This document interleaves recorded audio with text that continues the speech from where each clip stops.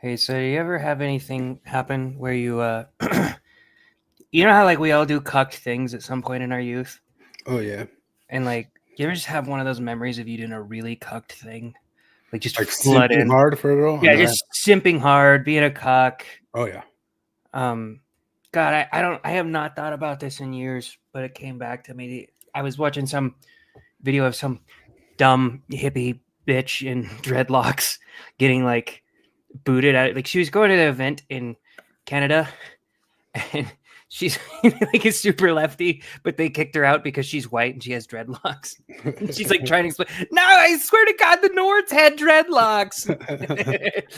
Like, why don't you just tell her that they're being colorist? Like, use their own thing against them. They're being colorist because you are a black woman who is very light skinned. But anyway, the dreadlock thing made me think of this.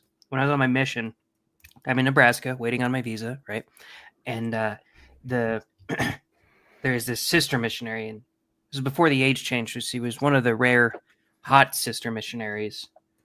And I didn't usually simp or cuck or anything like that, but I had a Red Hot Chili Peppers shirt that she saw on P-Day once, and she's telling me how much she loves the Chili Peppers. And she was going home on her mission soon. And I gave her a fucking shirt. Like I gave it to her, and I was like, you want your shirt back? Here's a parting gift. And she's like, oh, really? Oh, I need to do something for you. I was like, just, you could do my hair in dreadlocks when I get back from my mission. It's like, oh, thank you. And then as soon as she walked out, like if my companion was very stalwart, but if he wasn't, he would have called me a fag. He just looked at me. He was like, dude. And I was like, I know. Oh, God, no. Oh, I'm a simp. Yeah, I had a moment in elementary school that I remember to this day that there was this classroom where everybody had this sort of system where you got bucks for behaving good or some sort of thing, right? And there was one day that it was like the pretty girl in class's birthday or something like that. And everybody started going up and start giving her their bucks. And she's just like, cheering, like, I got $2, I got $3, I got $4. And like, as everybody, and I felt like at the end of it, they stopped and they were like looking over at me.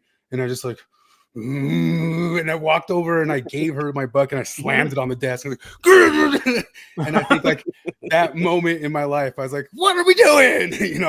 In elementary school. No, I think I caught on to cuckoldry pretty quick growing up, because I do remember there was this girl in high school in our friend group who she loved the attention. Everybody wanted to date her. Like all of our friend group wanted to date her. And oh my God, they would fawn over her so pathetically. And she loved it. She loved every second of the attention. And like they would like poke her and tickle her and stuff. And she's like, no, stop. Stop it. But she loved it. And like one of my friends was so smitten with her that even when she had a boyfriend, like on her birthday, he showed up to her house in a tuxedo and gave her a bouquet of roses on bended knee. Oh my gosh. And her boyfriend was there. It was, I was like, oh, dude, come on, don't do that. But I refused to simp at all. And so they're all like tickling her and shit. And then one of them was like, Jared, you gonna come in and tickle her? I was like, no, because that's weird. And then you should a week later, the guys. Yeah, I know, I should have. That would have been funnier. The pile, just tickle anybody but her. That would have been funnier, but I wasn't that funny. So I like a month later, her and I were dating. It didn't last very long, but like all my friends wanted to date her and they simped out for her and weren't able to date her, and I refused to simp out, and then she dated me. It was funny. Well, don't be simping. Don't be simping. Simpers be simping. Simpers be simping. Thou shalt not simp. Thou shalt not simp. We got the worstest. We got armed police. Oh, police. Oh, okay. So here's what it is. You watched Mobland, right? Yeah. So I'm watching that last weekend. I watched the whole first season. It was pretty good. But there's a part where like the cops are raiding one of the mobsters' houses. And they're running in there, armed police. Oh. And I was like, why are they saying armed? Of course they're armed. I was like, Oh yeah, they're in That's fucking England. Britain. That's a big deal. It's out of the ordinary for a policeman to carry a gun or Yeah. even pepper spray. We have registered spoons that we might use at our utmost of peril in the last case. That show, I was pretty happy with the first half of the first season. Then there's still some things I'm pretty happy with. Just, you know, how we're kind of overly sniffy of any little stench of stink of Oh yeah. stunt casting or anything like that. They do have to have the big bad mob boss of the other family come in and just be some badass woman. Of course, that had to happen. But there was a couple things in it, not to give like away a bad spoiler. I guess it would be, but like there was like this moment where like there's this black female cop, and she's like, "I'm the badass on this investigation. I'm a girl boss." And at some moment, and the guy just said, "Oh yeah," boom, and just killed her. And I was like, "Whoa!" Yeah.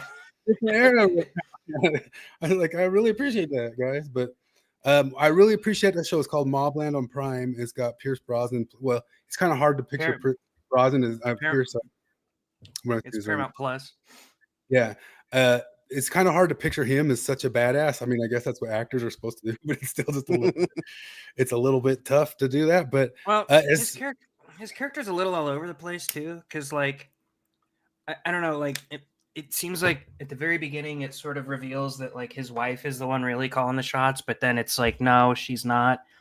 Well, you know, he calls some shots too. Well, part of what the whole thing is showing is just like an extremely dysfunctional Irish family, you know, and that's kind of like what it's joking at. Which, if you watch what was great about The Sopranos, I feel if you go watch Sopranos, it's less of like some big long story arc and just little moment after little moment after little moment vignettes of complete sociopathy. Like just every single moment has like a dash of hinting at some sort of sociopathy going on there, and that's what's brilliant about it. And that Mobland is kind of doing that too. But one of the things it does that I've been begging for is Helen Mirren is in it, and like you said, it seems like she's running the family, but she runs a family the way a crime woman would run a family, like Griselda Blanco or something. She runs it through toxic femininity. She does not run it by being a girl boss. She runs it by GSR. What's the GSR things? Gossip, reputation, shaming, destruction. reputation destruction type stuff, and on level 10 to everybody. And well, and also she's total devouring mother to her psychopath grandson. Yeah, and that's obviously what made him a psychopath grandson. And that's, you're like, there always could have been good stories like this. Kind of like why I was saying I like the movie Sinners a little bit. It's set in like the slave era and all that sorts of stuff, but it's not really woke. There was a slave era like that, but the black people in it could be rounded characters again. They didn't have to be perfect people. They didn't have to be what is it? Magic Pixie Dream Girl, the thing that they made fun of in like the 2010s of like some pixie, what is that? Pixie Magic Dream Girl or something like that? Manic Pixie Dream Girl. Manic Pixie Dream Girl. Something about the past 10 years is not only did you have to have inclusion in your shows, but the inclusion, even if you did it, you had to make them perfect little perfect angels. Like none of them could be villains. None of them could have character flaws. They couldn't be Tony Soprano when Tony Soprano was the best. Any actor on earth should want to play Tony Soprano, but a black person can't play Tony Soprano because they'd have to have some sort of moral ambiguity about them, and you couldn't do that for 10 years, you know. But now the simple fact that they're getting back to that they can be whole rounded characters with flaws and or even bad guys or even whatever, that's almost all I really needed. I almost cared about that more than the colors of them or something like that. So you've heard that song, right? The Scott Pilgrim ruined an entire generation of women. Yeah. Yeah, that's what I think of anytime I think of the Manic Pixie Dream Girl. I think that's what people are referring to, either that or the 50 Days of Summer or something like that. Everybody, like a lot of people State. blame Ramona Flowers from Scott Pilgrim. I blame Zooey Deschanel. Yeah, well, that's what people say. Is wasn't she the one in Garden State? No, people say Garden State with what's her name? Padme. What's her name? Oh, Natalie Portman. A lot of people say that's one of the first ones. But Zooey Deschanel, 100 Days of Summer. 100 Days of Summer. Yeah. Well, she's annoying in everything, and I don't know. I remember liking her in Yes Man, and then like Morgan started watching Yes Man. What's Yes Man? Yes Man. That's Jim Carrey. Oh yeah. Okay. Morgan started watching New Girl, and I don't know. I tried to watch it, and there's some funny parts, but the thing I really hate about it is her. Yeah. Because she's just, I don't know, she's just an asshole. And you could make a lovable asshole, but I couldn't find her lovable. Well, I mean, it depends on the show. Shitty, you know, because like Michael Scott is an asshole for the most part, but you still like him, and I can't quite put my finger on it. It's because she's a woman, all right, and I hate women. That's what it is. Is there lovable there's lovable asshole women in that cop show? What's that one with Brooklyn Nine-Nine? Brooklyn Nine-Nine. There's some asshole women in that who are kind of lovable. Yeah, I mean, I guess there's not the main character. I hate the male lead and the female. I hate Andy Samberg in that. And I hate Amy Santiago, I think is the name of that's the main lead. Are you talking about the other Latina or the girl up behind the desk? You know the girl who's behind the desk who's kind of snarky? Whatever? Yeah, I think there's that's Jordan Peele's wife. Yeah, Gina Perini. She's funny. She was a funny stand-up before that show. Yeah. But they got all... I think she's kind of one of the reasons Jordan Peele started going the way he is. But Jordan Peele's talented. He's not zero talent. Actually, did I tell you, we watched... Not zero talent, but Peele and Key and Peele was great. You know. Oh, yeah. Well, so Morgan watched all of Brooklyn Nine-Nine, and I like pretty much every character in that show except for Jake and Amy, the male and female lead. I hate them, but because I just hate neuroticism. I hate it so much. When I meet a neurotic person, I have like a disgust reaction. Yeah. But I liked pretty much everyone else. So we watched one with what's her face? Jordan Peele's wife. I still can't remember her name, but Perini. Yeah. We found a movie with her, and Morgan's like, "Oh, let's watch that." And it was called Spinster. And it was it was just woke postmodern shit, like all the way through. They're all telling her she's going to be a spinster, basically. She's not going to find someone. And she has this meet cute with a guy on a trail as she's hiking, and she gets lost. And they have just this great chemistry.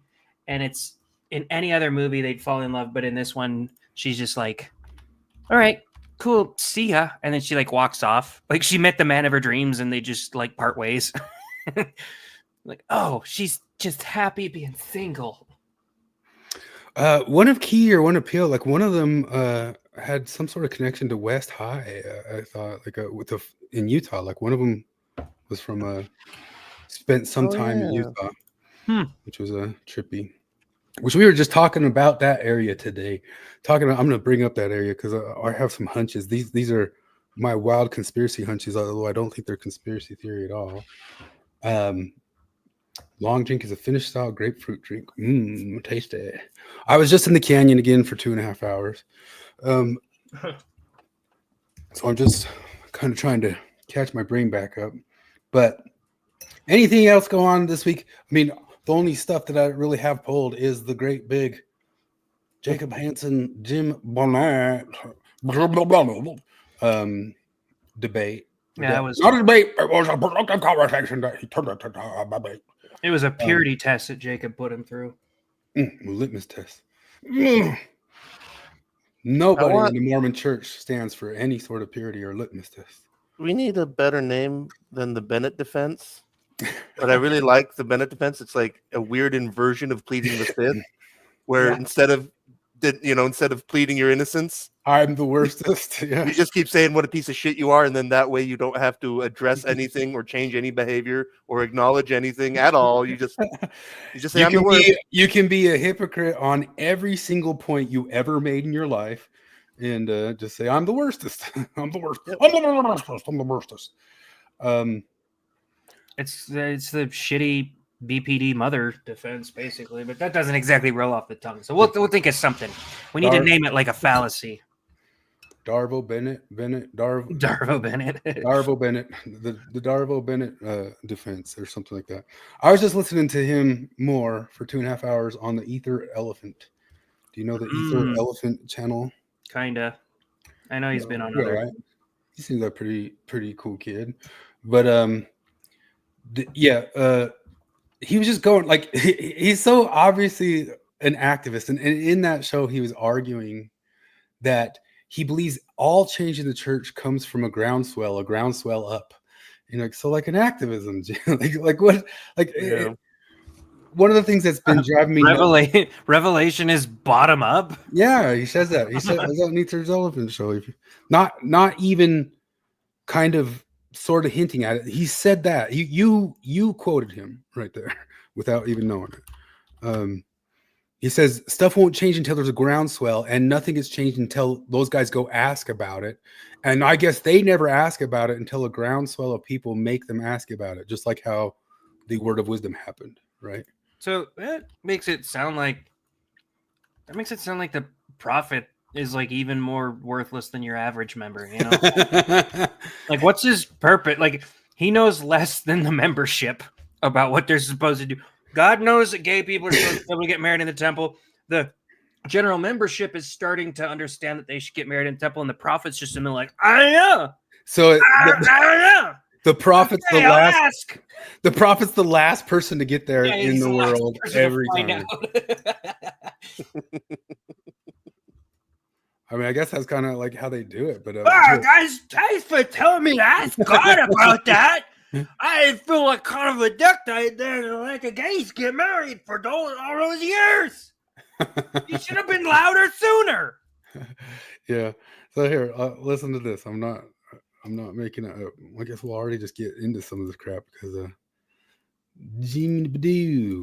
this is the ether elephants. Well, yeah, but who's saying it first, I suppose? Well, I mean, but the point being that one of the reasons you're not seeing that groundswell is that everybody recognizes not only that it's not going to change, but they don't really care if it does change. They don't want it to change. There's no... Right there, he's talking about women getting the priesthood. So the only reason women aren't getting the priesthood is because there's not a groundswell.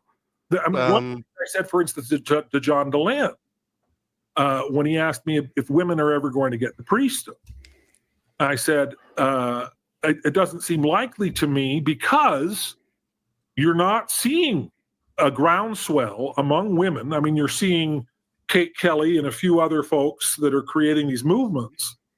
But in terms of the general population of the church and the women in the church, there isn't a groundswell for them to get the priesthood. Is that relevant, though, in a church that's run by Revelation? The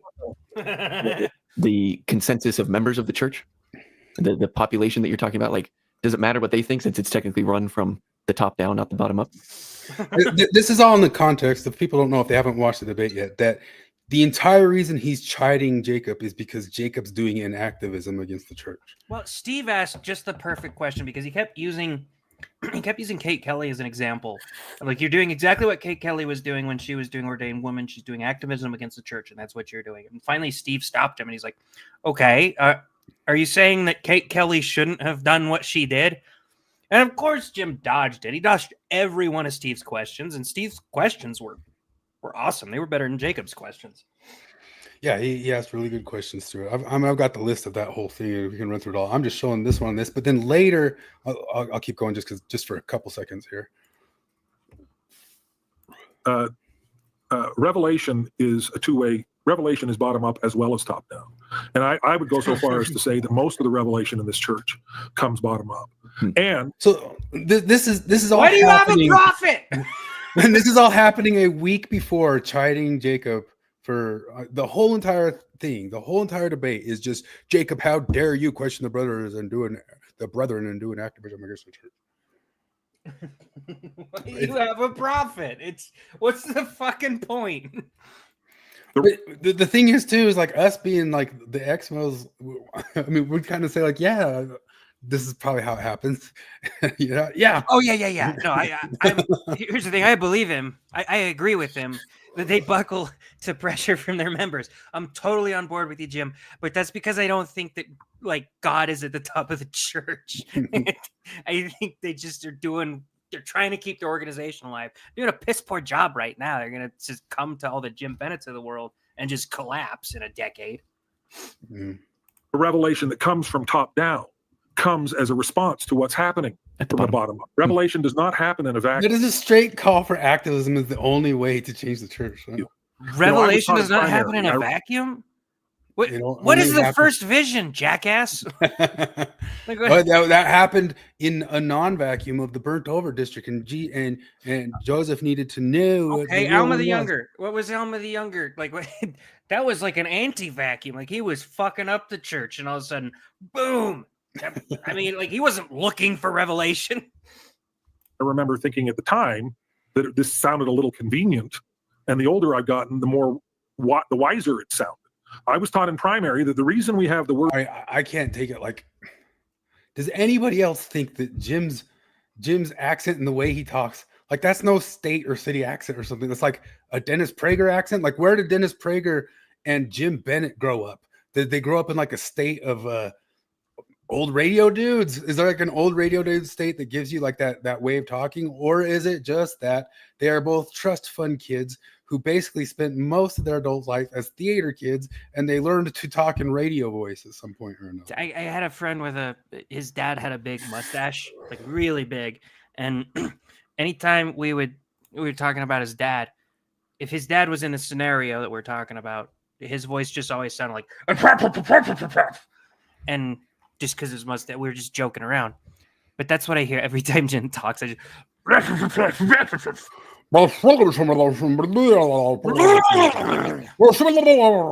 word of wisdom is because Emma Smith was tired of scrubbing out to You know that I'm not even just make that up. He is a trust fund kid who basically just worked in the theater and then got into politics. Maybe he worked in some lobbyists or stuff. maybe But, if, I looked up his CV and it's like he had no job and then was the director of some theater.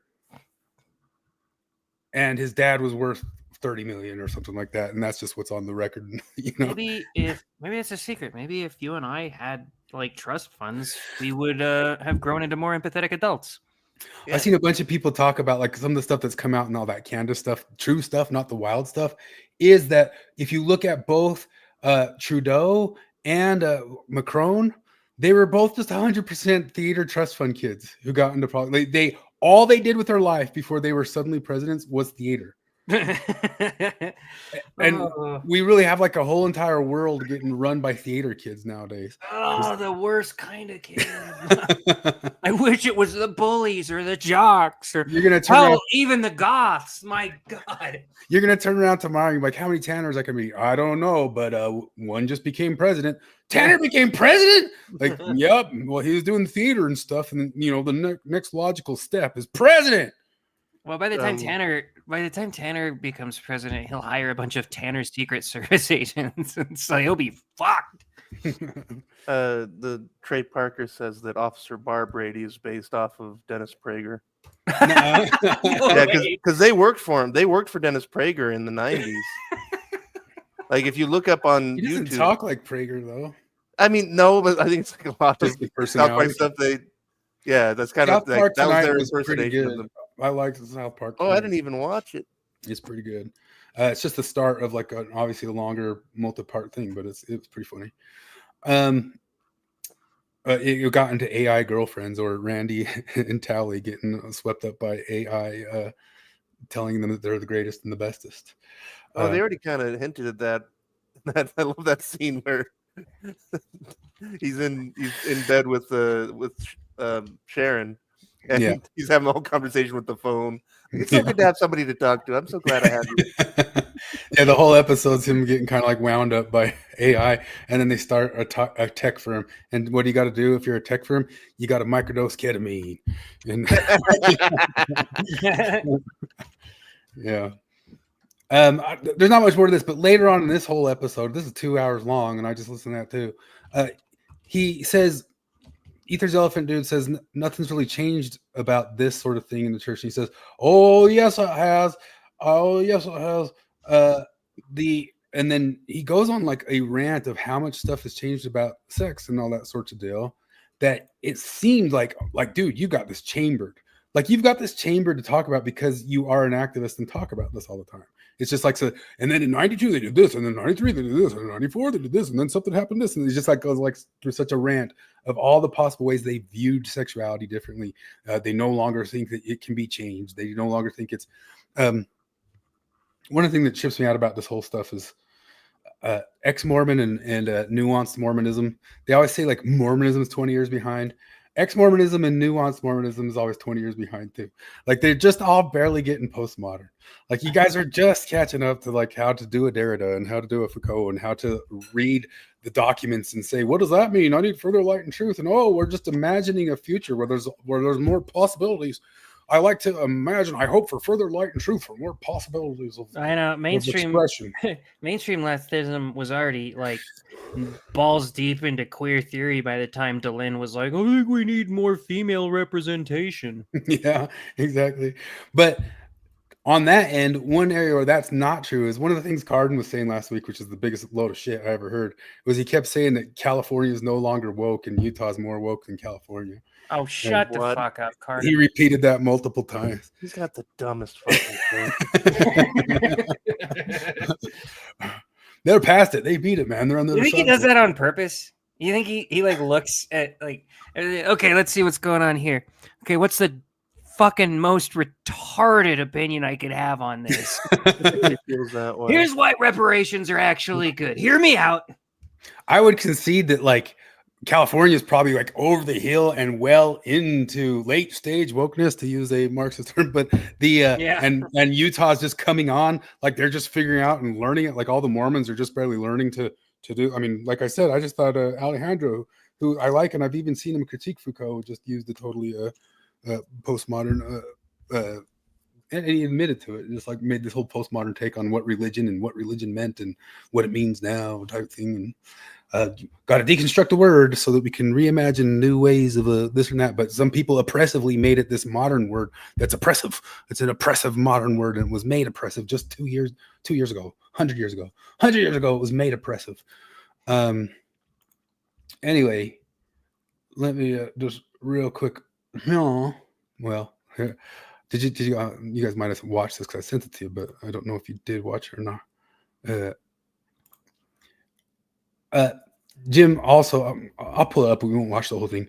Jim also announced and released a 9-part miniseries of some sort of documentary just this week that was funded by Brendan Flowers or Brendan Flowers' manager or something like that. Oh, no. From the Faith Matters people, that it's called An Inconvenient Faith, which it predicts that the flood will flood us over in 20 years. And no, I'm just kidding. That's the inconvenient truth. An Inconvenient Faith, where it goes into detail about nuanced Mormons and ex-Mormons. I don't think there's any Orthodox Mormons in there. It's only nuanced Mormons and ex-Mormons because they're totally the same. But I'll pull it up for a minute. But episode 3 of that 100% talks like it's a foregone conclusion that the church will change on the family proclamation. They don't say what. Jim Bennett's just there again saying, I seek further light and truth. But he also said on Twitter that he edited it or played a big part in editing it. So that's all just in context of the hatchling dupe stupid ass that he pretended to be, like arguing with Jacob, like, who thinks it's going to change? Who's saying it's changing? Did you not watch the final cut of your own documentary that you're editing? Right, he's like, I don't care if it changes or not. Yes, shut the fuck up. Yes, you do. Of course you do. You got a whole documentary on it now where you're talking about how harmful it is to people.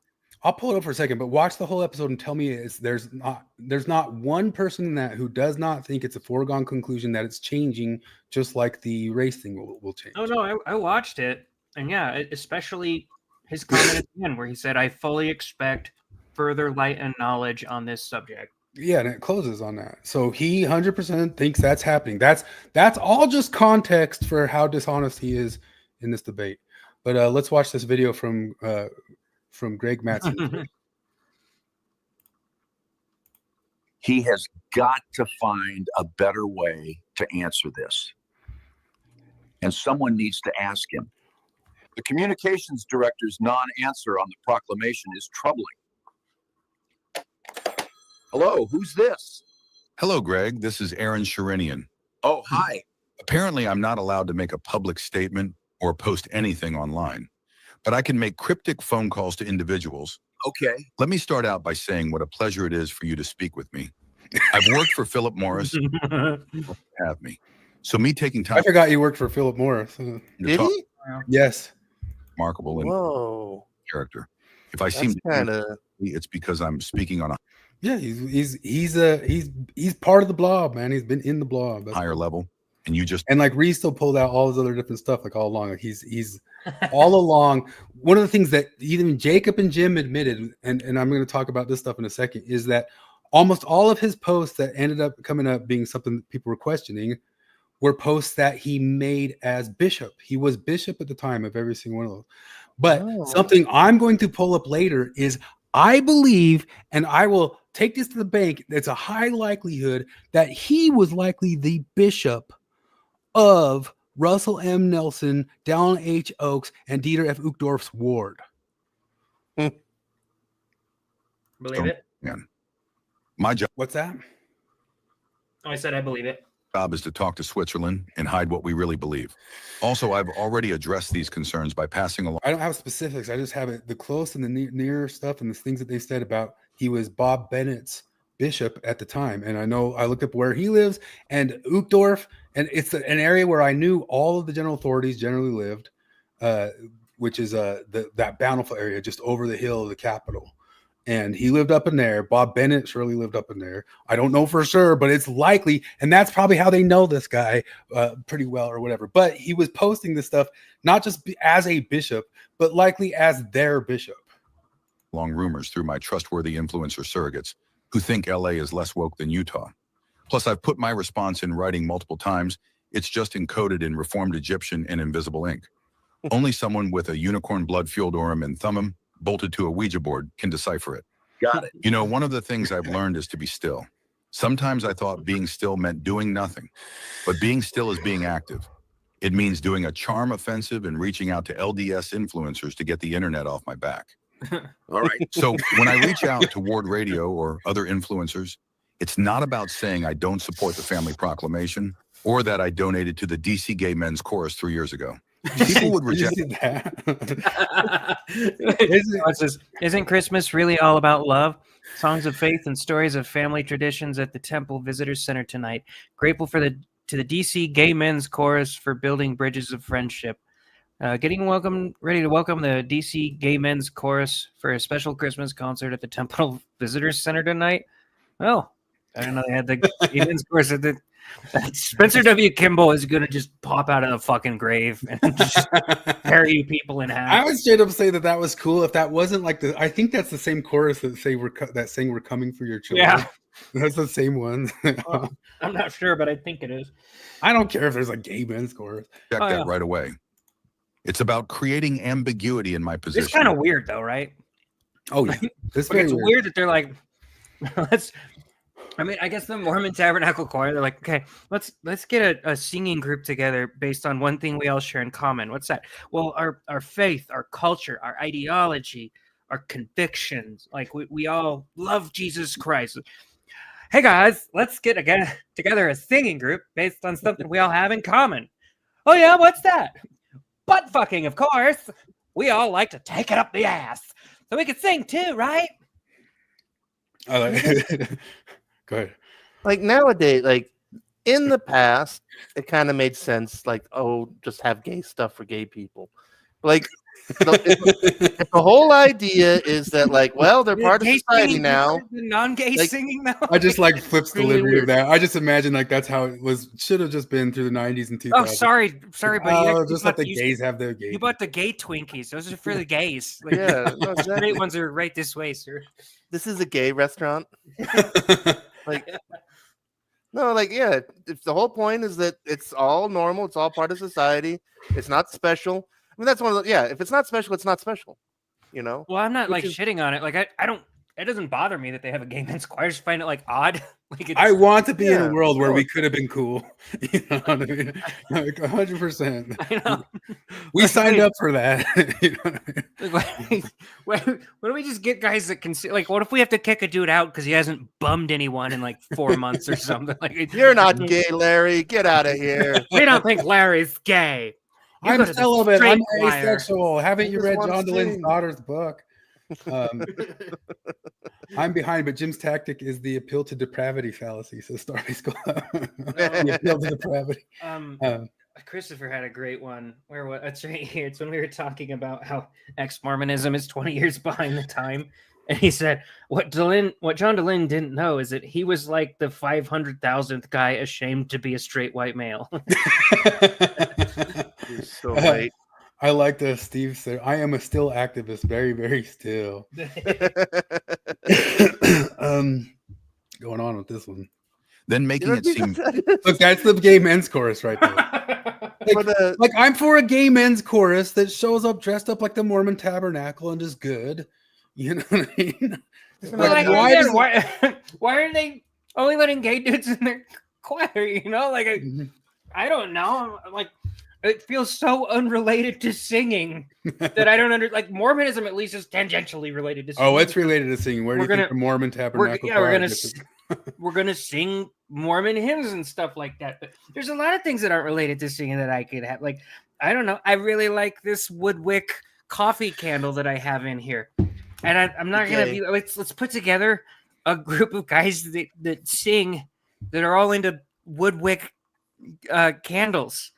Like it just why? Why don't like that guy's really good at singing? It's just that, and he could make a great addition to. He doesn't butt fuck anyone, so I guess go with the vagina fuckers. I don't know. You know what the be still and I'm the worst have in common as far as defenses difficult questions?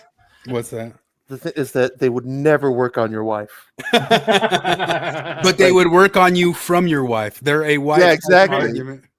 If your wife came to you and said, I'm the worst, like, all right, fine, I'll back off. You don't have to it's just like it's like one of those arguments. I actually went to I made the front page of Reddit with a fuck comic a couple different times, but one of the times I did it was just a thing of saying it was those fuck comics, if you remember them, like the fuck face type stuff.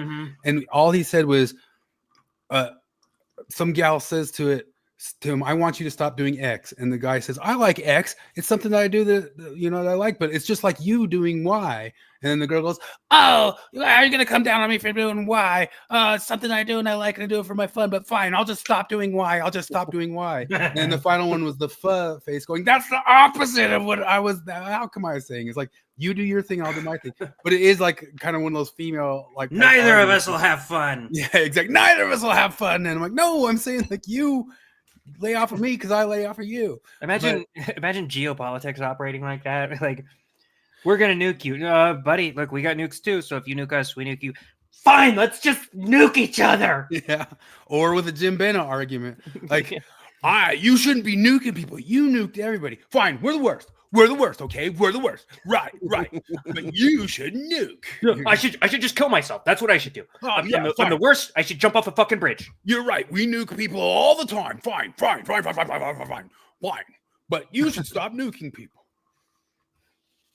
moral to defend the ambiguity, call it a witch hunt, cancel culture, or purity test, and so on. So then people are one step closer in supporting outright opposition to the proclamation of the family.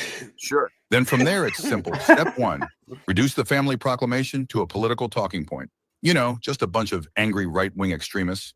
Step two, claim the church is neutral on politics. Step three, conclude the church is neutral on the family proclamation. But here's what I like. Here's the new twist. I love this. Step one, label insistence on orthodoxy regarding the family proclamation as a purity test. Step two, argue that the church would never approve of purity tests, implying it's negative. It sounds mean. That's not being a peacemaker. Step three, conclude that insisting the family proclamation is essential to LDS belief is therefore wrong. Easy as that. Okay. Now there I go again. Talking. Do you have any questions for me, Greg? Do you support the family procedure of praying in the car before every road trip? They never, Cardin or him never asked him directly if he supports it. And Jacob, so that's part of the debate that's coming up. Jacob wants his phone number, wants somebody to call him so that he can just ask the question directly because nobody else will ask him directly. And everybody's just like playing all these games and all these things and all these speeches. Well, even the question at fair was so pussyfooted that like it left him so much room to dodge it. If it would have just been like, hey, do you support the proclamation? He'd had to answer. But he asked him like 8 different questions and included that one in there kind of. and so it's really easy to dodge.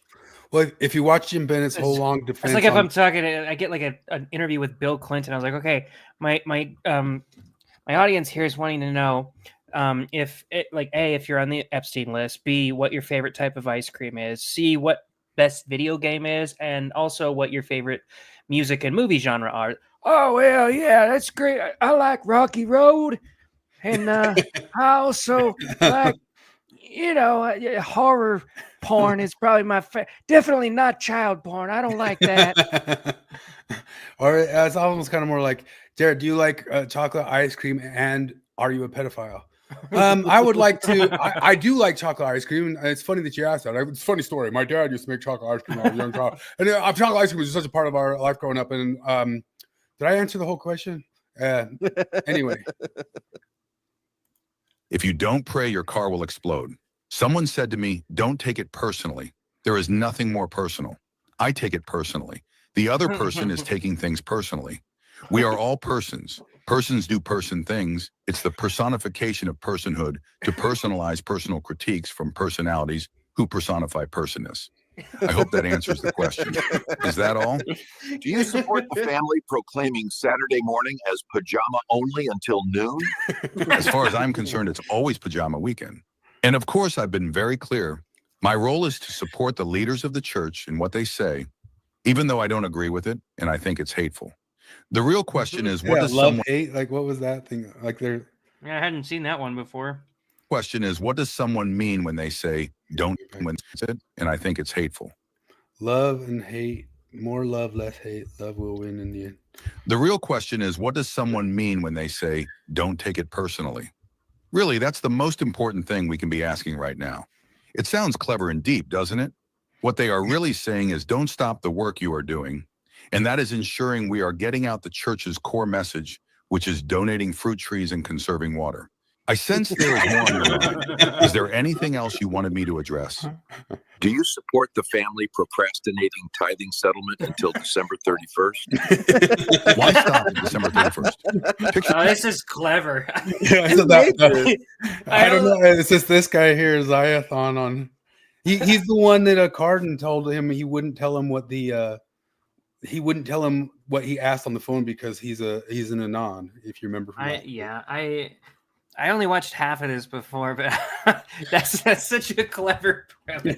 Do you support the family procrastinating tithing until the I like the AI's face too, that he's like, he knows that he's dodging the question. Like he's getting family procrastinating.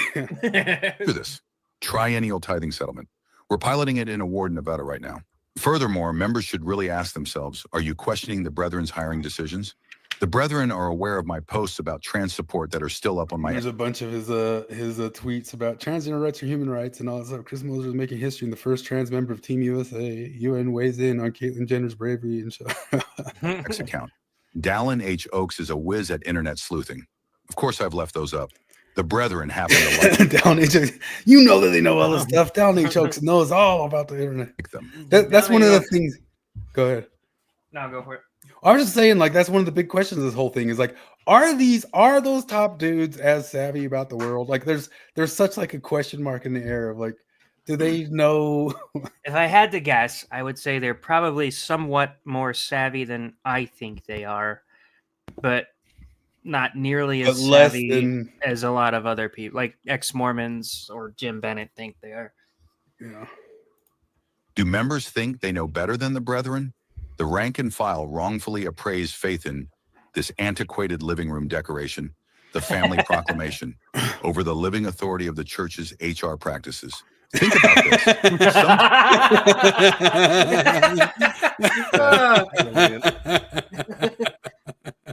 Sometimes being still means allowing I don't know this guy is. He's hilarious though. things to happen so some better things can take place.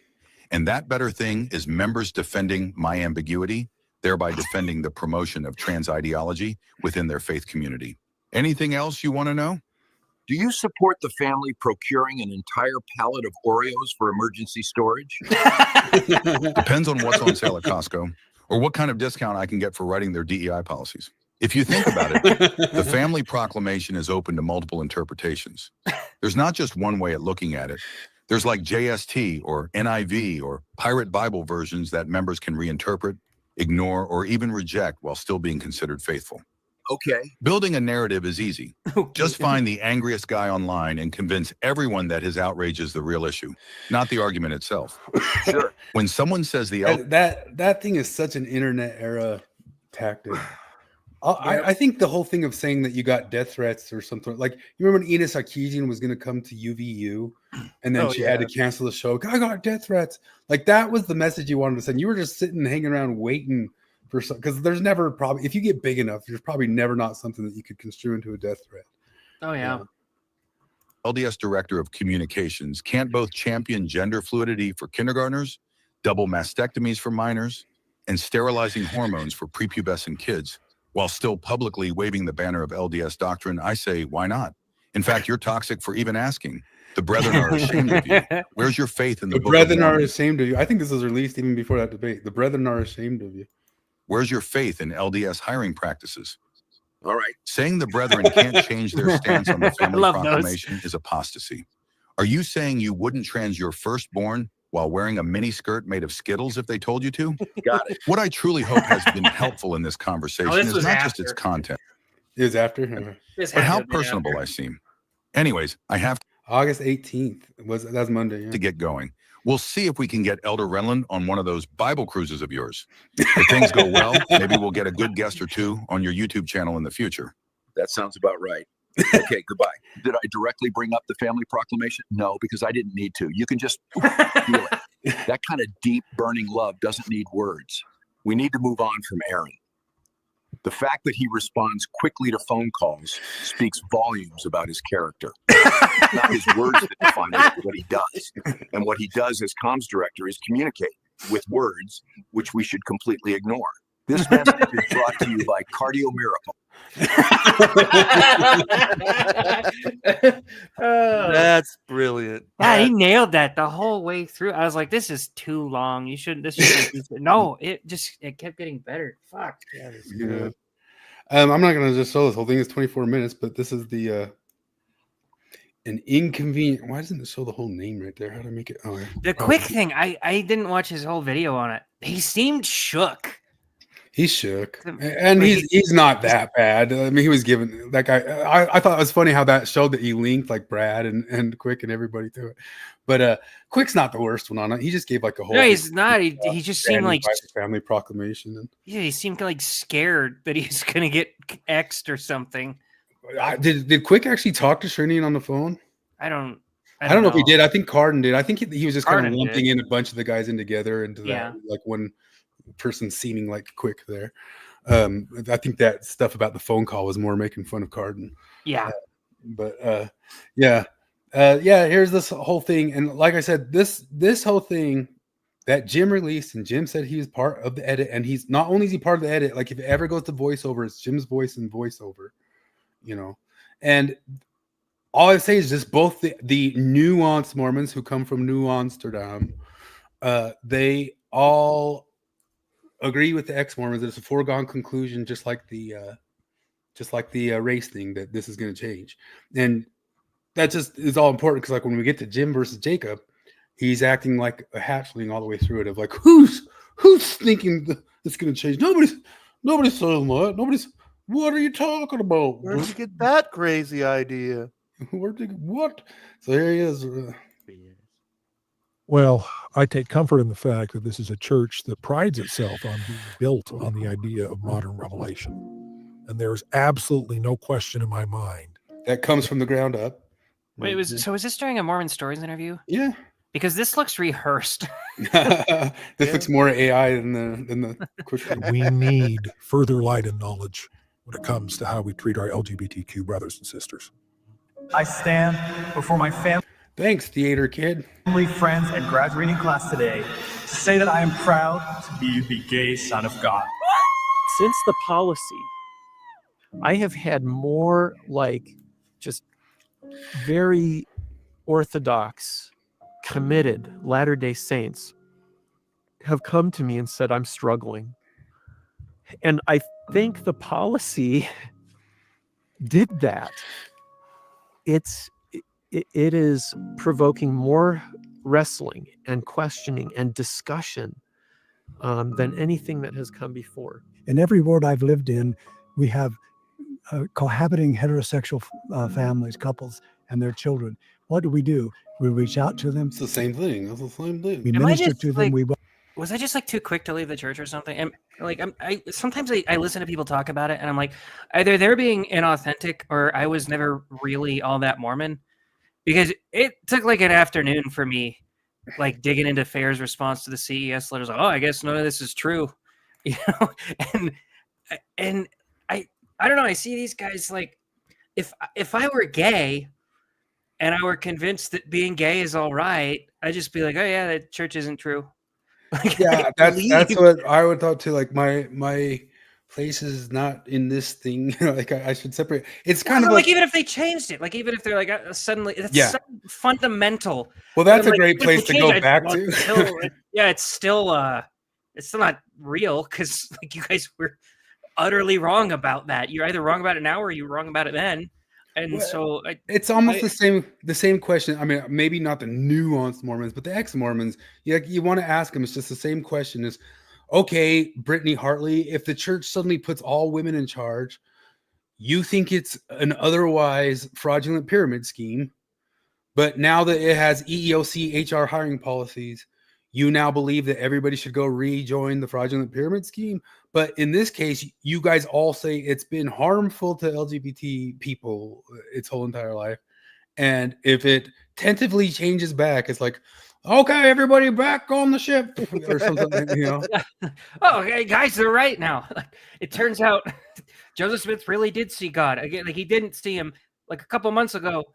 God did not appear to Joseph Smith, but now they're right about the gays. So now it turns out Moroni's a real guy. I'm infinitely perplexed by activism in the sense of people who want to change the thing into the thing that fits them instead of just leaving that for something that does fit them. Like, go join a DC gay men's chorus, and that thing will go try to wedge itself into everybody else's religion or something. It's just like, separate, leave and leave alone, man. Leave and leave alone. And the Mormons can't say that. I think that's like one of the difficulties that religions have, because they have to remain open. Like, we want all y'all to come back. We really do want it. But John Dehlin just repeated yesterday that they need to stop the barbaric practice of excommunication. It's barbaric and violent. Shut up.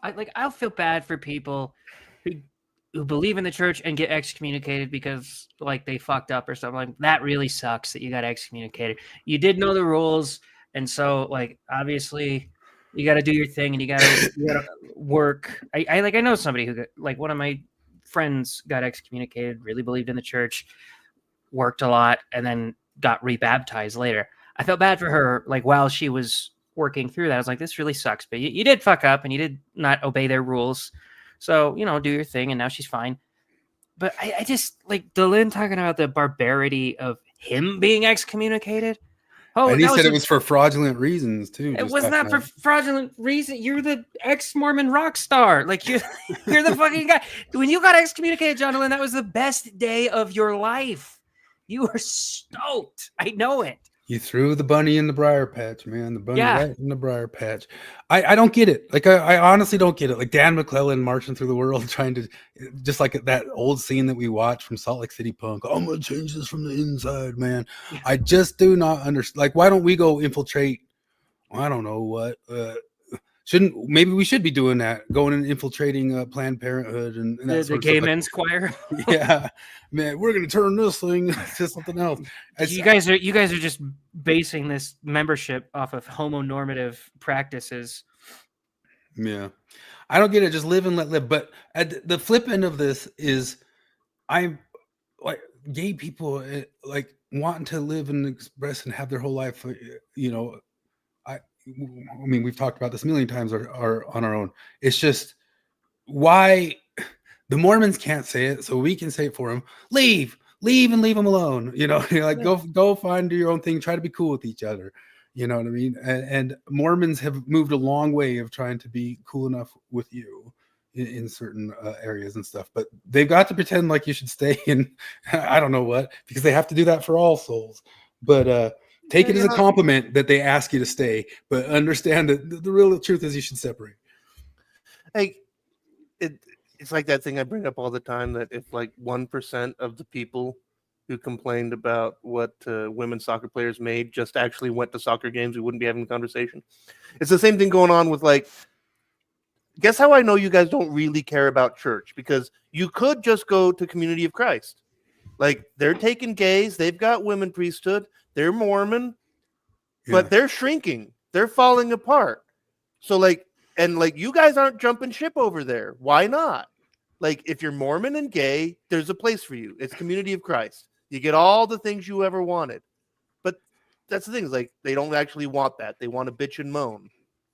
Yeah, it can all live and let live out there. But I don't know, like, what's the level of, so Islam, like radical Islam, we'd be like, that crap's got to change, right? Maybe some ex-Mormons think that the current day Mormonism is as bad as the Taliban or something like that. So it's still got to go be forcibly changed. You are retarded. You are brain dead if you think that. I don't see any issue. I mean, I guess they say they vote, or so they vote away their rights or something like that. But I don't understand why you can't just live and let live with Mormons and let them keep and have their identity and forcibly try to go change. Well, activistically try to meddle in what they think is their way back to God. Which I think at the end of this, why I generally side with Jacob on this is Jacob has to be right that Mormonism, as we understood it, the family proclamation, is very understandable. Jim was just on that Ether's Elephant, Derrida, reading it out. Like, what does it say that marriage is between a man and woman? No, it just says man and woman marriage is ordained of God. It doesn't say that other ones are not ordained of God. There's a clip in that last video you showed. We didn't see it, but there's a clip of John Dehlin saying that the family proclamation to the world is vague. I was like, it's not really vague at all. It says right here, it's man and woman are ordained of God. What does that mean? Well, okay, even if I'm taking what you're saying as the truth, which I'm not, but if I were, like, that kind of implies that marriage between a man and a man isn't ordained of God. Like, they named one type of marriage and said it's ordained of God. And you're like, maybe, maybe. And I would love to just ask Jim, which, like, okay, if you're so hesitant to call the family proclamation a doctrine, which part of it do you think is not doctrinal to Mormonism? Yeah. And X modes and nuance modes, you don't need to change Mormonism into global homo corpo slop. Like, it can have its identity, and its identity is part of the salt of this land that we love around here. Do the Jews have this problem? Because like there's so many. I mean, since being Jewish is like a religion and an ethnicity, I guess I don't know much about it. But do they have the same problem where the atheist Jews try to infiltrate Orthodox Judaism? And I don't think so. I think it seems like they just do their own thing. I think they say, let those Hasidic guys do their thing, man. Yeah. I think they totally do. Yeah. Troy says the corporation will give up the proclamation if or when the cost-benefit analysis justifies it. And that's what it seems like. As much as we crap on Jim Bennett here, he's assuming it's going to go that way. He's partially pressuring it going that way. To me, maybe if I mind reading Jacob a little bit, because he's trying to say it to him, maybe Jacob's a little bit scared that they can also be influenced in that direction. It's not just waiting for a voice from God or something like that. But yeah, I fear that could be correct. And I think they should just be able to keep whatever identity they feel is their prerogative. But anyway, to this, anything stand out from the tippy top start you guys want to mention? I got like the whole notes here, but it's the whole entire thing. And that's where stuff will come back to me as we listen to stuff. Yeah. Oh, that's the thing. Like, I was wishing, like, it got to the point where I was like hoping that Jacob was just going to start going, well, I'm the worst, Jim. Every time. Why didn't he do that? Like, why didn't you could have just done that? You could have been like, well, every time Jim's like, the brethren are mad at you, like, well, I'm the worst, Jim. Fuck you. I'm Well- not yours. Well, that was like one of my favorite comments on it. Was I think it was Flip was like, I'm not here to pass your purity test. Now quit deflecting and pass my purity test. Yeah. Yeah, no, that's definitely a big part of it too. Actually, I wanted to talk about just a real quick thing. I looked up the general. Maybe I shouldn't like show the general area, but yeah, I looked up the area where a Sharinian lived, and it's definitely. He says in here that he knows him well and knows him personally because he was Bob Bennett, his dad's dad, his bishop, when he was passing. And if I look up the area where Sharinian lives, if it was still that time frame, it's highly likely that it could be the exact ward that makes him the bishop of those. What they live on the same street, Russell M. Nelson, Downey Oaks, and Uchtdorf. And then other people. I know because I couldn't look up every single one of them. I know there's a ton of them up in there around that Bountiful area. Could you imagine doing the fast offering, to being the kid going around collecting fast offerings in that neighborhood? You go to the prophet's house. He's like, no. What? No. Okay. I gave $1 billion. And you masturbated today, I discern. Anyway. Can't give How you do any. you know? How did he know? You do not have the spirit today, young son. I discern that you masturbated. Come back and collect when you are worthy. Nick says there's no fixed identity. I think Jacob knows this and sees the writing on the wall. And I'd say, yeah, probably. I have this running theory that, and I don't actually believe this. I'm only like maybe 10% convinced of it, but it's enough that it's in there that like maybe like what if Jacob just doesn't actually really like he kind of doesn't believe in the church, but he sees it as like pragmatically useful, so he tries to come up with arguments to, like I don't actually think that, but I kind of joke around with that idea sometimes, and that's what that reminded me of. Well, Jacob and Ether Elephant Guy talked about how certain eternal truths are truths that even God is subject to, like just even the concept of marriage, that it should be part of a family that creates and procreates, is an eternal truth that even God is subject to. And so then they kind of pointed out that they think Jim is almost kind of the reverse, divine command theory. If God says the opposite is true, whereas Jacob's argument for non-divine command theory is that God can't say that babies come some way else. Yeah, well, they do kind of get into that where I think like Steve asked Jim at one point, like, well, what if the brethren told you that like Christ wasn't the savior or something, like we were wrong about that? And he just dodged it by saying they wouldn't. And he's like, okay, but like if hypothetically, if they did, would you think that they were wrong? Would you like leave the church or would you deny Christ? And I think that's where I don't know. I do sympathize more with Jacob's view on that, because I think if that's the most foundational doctrine to the Mormon church is, the atonement. So if the top guy could tell you, actually, that's not real. It was this other, it's like actually Frank 100 years later was the one that died for our sins. I think I'd be like, no, I think you guys were wrong about all this. Yeah. Anyway, Jacob was here to have a debate, and Jim was here to have a blubbering, productive conversation with only just a bit of bluster and bluff. Here we go. I'm all fully woken up. It's because it's a little earlier where I am. But no, thank you very much. I actually am very happy to talk with Jim again and have this conversation. Ultimately, I think there are very important issues here that are dividing members of the church. And I think that we should try our best to explore those, understand one another's positions, and really kind of get deeper into it. And so I guess one of the things that sparked my interest in having this conversation was something that Jim had said online about me, that I've been called a lot of things before by a lot of different people. Usually it's that I'm a shill apologist for the church. Jim was on Twitter and accused me of being a anti-church activist.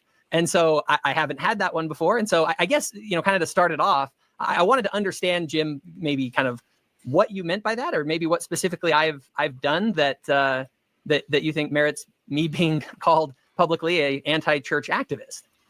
Do you want to know my theory on this? Sure.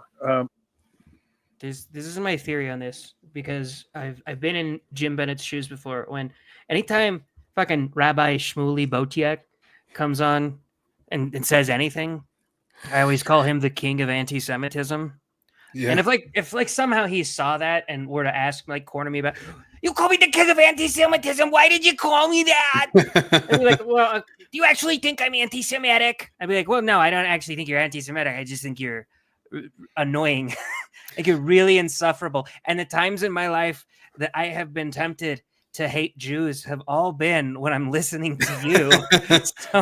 So I feel like that was what Jim was trying to sort of say. Yeah, he was cracking a joke. Jacob, he was cracking a joke, but he's like, "Oh shit, no, I gotta own it."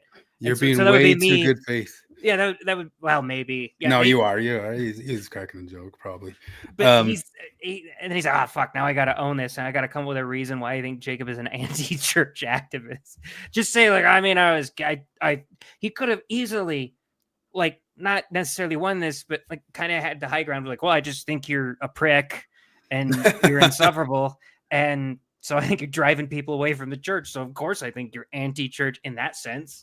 The thing is like both of them are right. Like both of them do. It's the politics of the sides that are driving the way from the church. And they're kind of just avatars for each side of the politics. And so they do drive their own type or their opposite type of way, both of them. You know, Jim was bragging on the Ether's Elephant podcast. He said, oh, you know, Steve Pinecker says the stuff about getting woke and giving women priests and all that stuff chases away and kind of destroys the population of the church.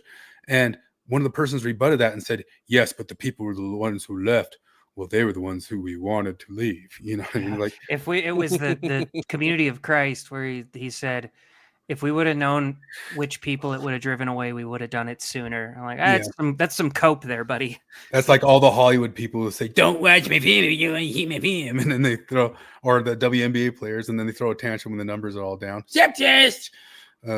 But anyway, just to have some good faith too, that I didn't think I'd agree with Jim Bennett on anything here, and I did. I do also agree he's the worst.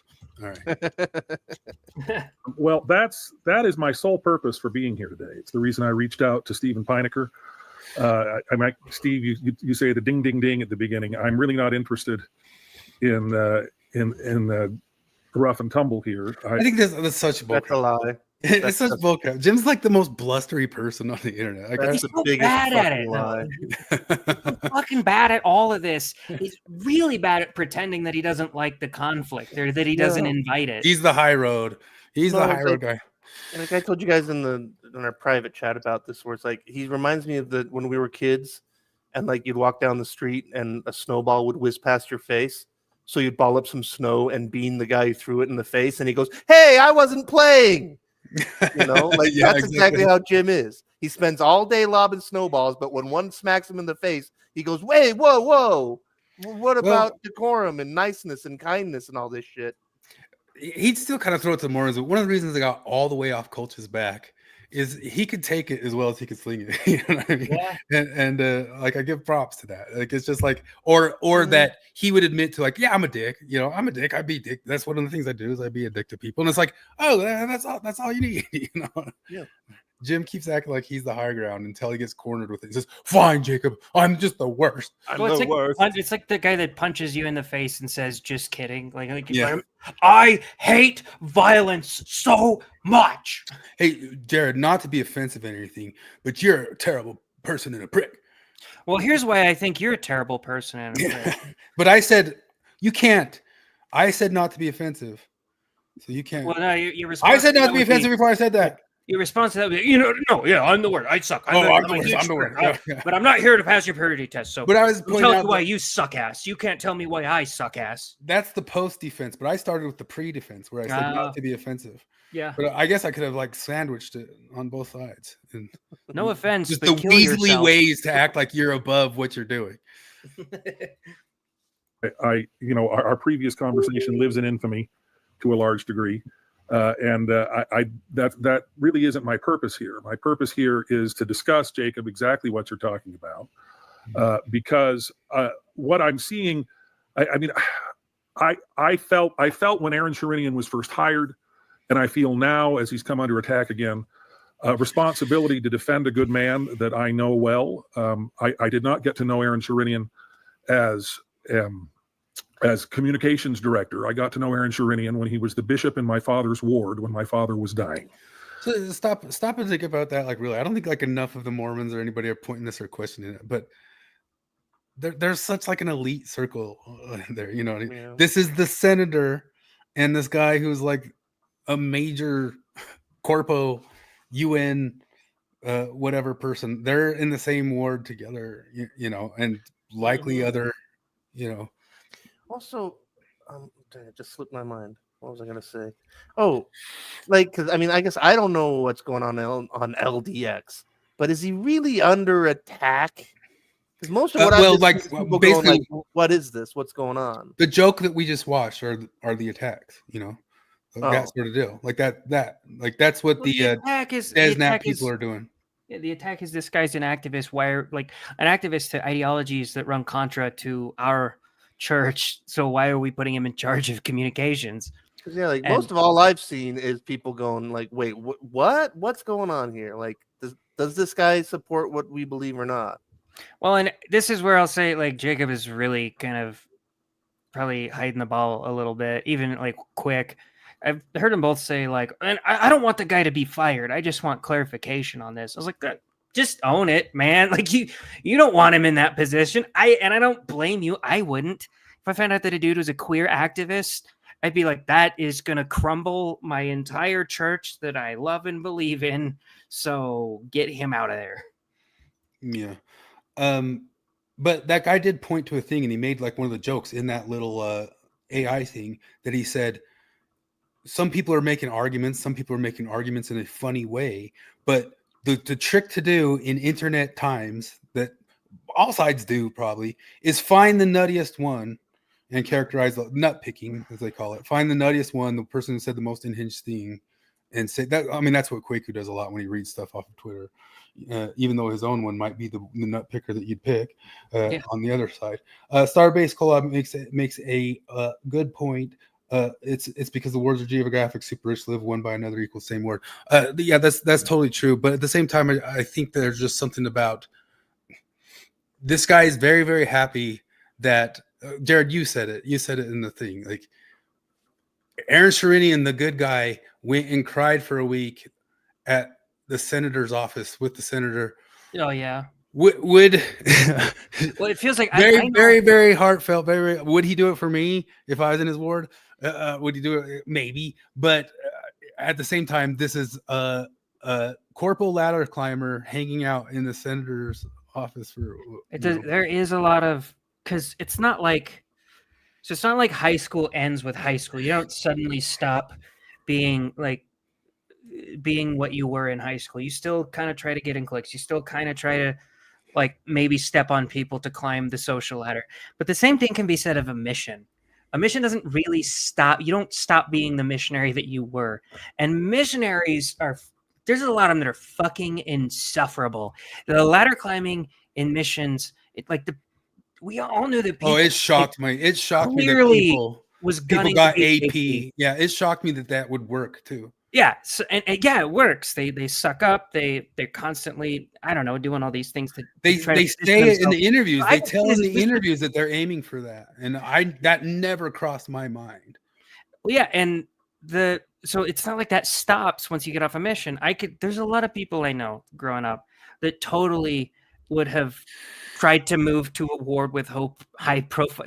If I was in Salt Lake, you know, and the prophet was like in the same city as me, I know a lot of people who would have moved there to try to get that proximity and, you know, maybe given special attention to a certain senator that was on his deathbed.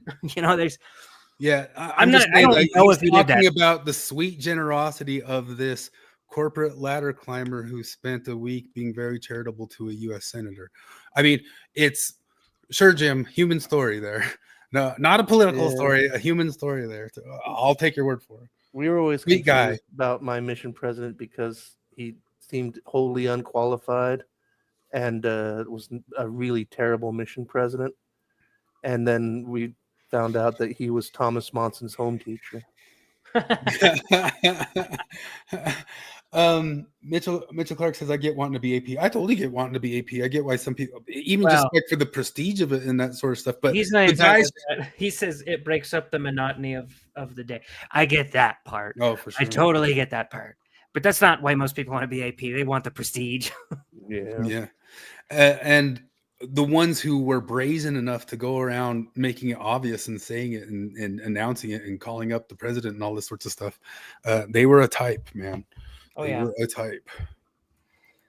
And usually not the good worker type. Like everything goes. Like there's a middle class worker who's actually out busting their ass, type deal, who never says anything, keeps their nose down.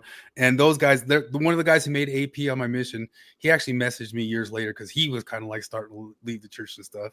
But I lived in Mexico City. Not a lot of missions have this. We were so tight and compact with millions of people.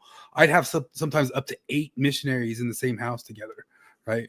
So we lived in the same house as the zone leaders, and the other 6 missionaries, we saw this guy who was ladder climbing just sit in the house all day, phone calls and doing phone calls. He had a Palm Pilot, which at the time that was a big, what's a Palm Pilot? Oh my gosh, this guy's got a Palm Pilot. He'd sit with his Palm Pilot and we'd come back at like 3 in the afternoon. Like, what are you guys doing? Like, we're planning for the next zone meeting. We're planning for planning for the next zone meeting, dude. Like, what's that take? 35 seconds? Like, come on. Like, what are you? And he was just in there all the time. And that guy became AP. I mean, I was immediately disillusioned to APs because, like, I go to Nebraska while I'm waiting on my visa, and they pick us up in this van, and they're taking us to our areas, and I'm sitting shotgun to one of the APs, and I was like, "Oh, so someone was saying this is your last transfer?" He's like, "Oh, we don't want to talk about that, buddy. I don't like thinking about it, honestly. If I could, I'd trade places with you right now." And in my head, I was like, let's fucking do it, man. I will go. Is that an option? Yeah. Is that, can we do? You really want that? Because no, you don't. Shut the fuck up. Don't pretend you want to be here another 2 years. My mission is weird, man, because my first president had the belief, since they were buddy systems, he believed a lot of guys who were struggling in the mission could suddenly bounce up if they got put in positions of leadership. So each of our leadership positions had one total frito, as we call them, and one stud.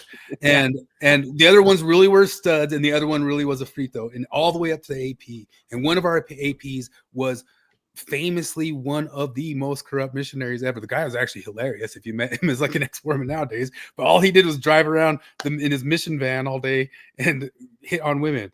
But like we had there was a guy who was AP for like a year, and everybody knew because we had seen it. There's one elder that literally kept this just in case he ever needed it, but he had a picture of this guy in a swimming pool. That's funny. Yeah. But to somebody said, who was it? Mitchell said, maybe I'm looking at good APs. Several of the biggest mega studs ever did make AP too. Yeah. Oh yeah. It's not a zero. I had a lot of APs that I liked. There was one guy that everybody on earth agreed was the stud of all studs and sweetest, nicest, kindest dudes. And he became AP. And my father suffered a stroke 3. I skipped the whole story. It's pinching the heart nerves. I know Aaron's training personally, and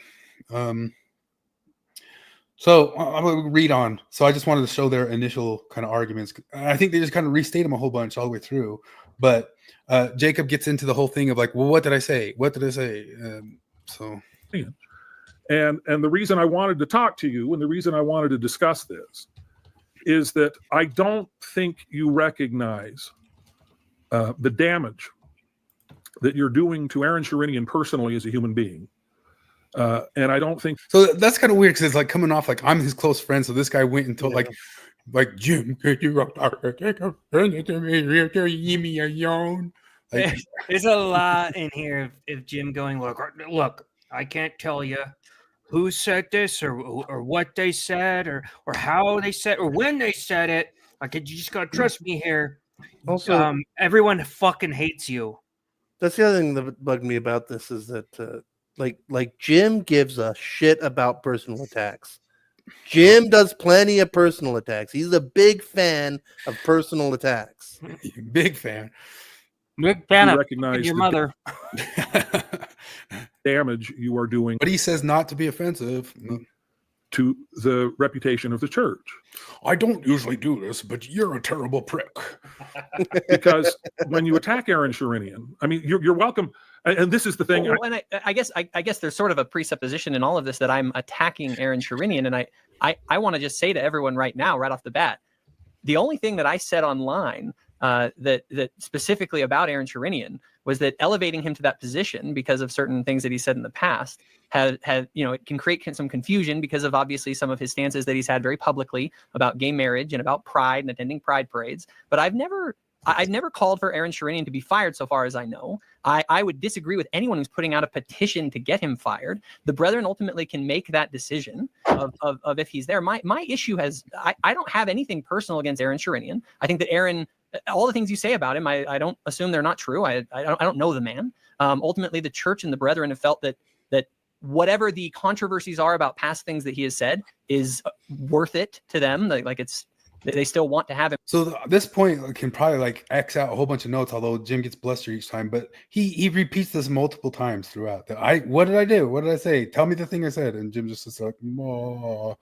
It's about how you're going about it. Yeah. It's how you're doing it. It's the things you're going about doing, and you're the grand poobah and all this shit. Like, yeah, because that's the other thing is like, if he's the grand poobah, he's not calling for his firing. He's not calling them names.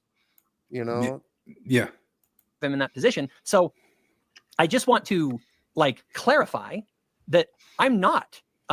Jim called him on Ether's Elephant Desnat, and Jacob's decidedly not Desnat. He speaks out against the ones who are declaratively Desnats. Yeah. Out here in opposition specifically to Aaron Sherinian in any way, except in this, I have concerns about some of the optics around things that Aaron has said in the past and the way that those might contribute to confusion and division in the church. And I think that there are people that are bringing up concerns about Aaron's beliefs around issues related to the family proclamation. And I think that there's legitimate. Does that make sense? Forward. It does make sense, and I don't dispute anything that you've just said. Where I think you have a blind spot is in your estimation that this sort of just asking questions approach doesn't constitute activism against the church. I mean, this is the way that Kate Kelly framed the whole ordained women movement. She talked about all the questions she was asking. Look, we're just asking questions. We just want to discuss this. We just want to talk about this. So Kate Kelly was wrong. And church leaders. I want to hear you definitively state Kate Kelly was wrong to demand female ordination. Don't they press him on that in this a little bit? They do. Well, Steve does. Steve does. Yeah, Steve asked I was very surprised that Jacob didn't interrupt because I would have interrupted him right here and been like, wait, was she wrong to do that? And Steve actually asked him that, and he totally dodges it. He dodges all of it because Steve asks the best questions. His questions are a lot better than Jacob's, but because there is actually a good answer to that, which is actually Kate Kelly is the worst. We thought Jim was the worst, but Kate Kelly is definitely worse. She's terrible. She's even worse than me, Jacob. Okay, that's what it is.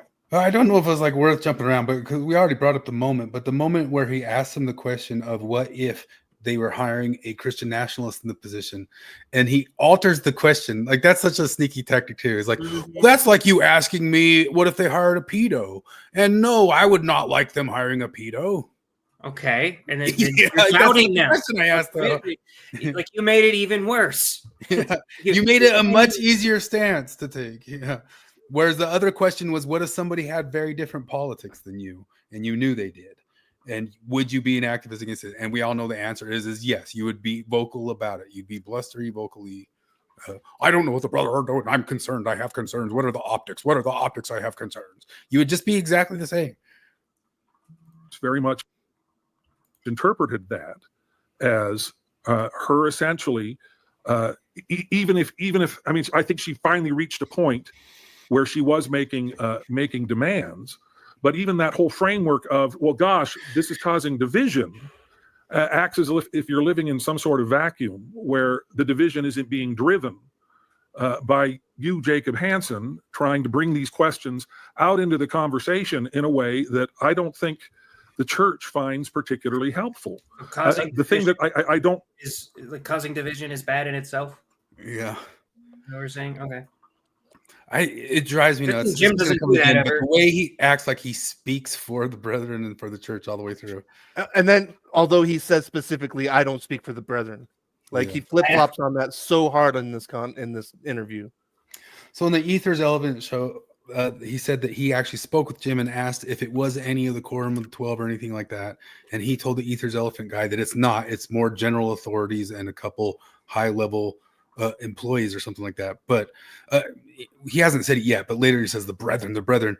And we're pointing out that like he doesn't use that term, not knowing that it doesn't sound like he's invoking the top brass, you know.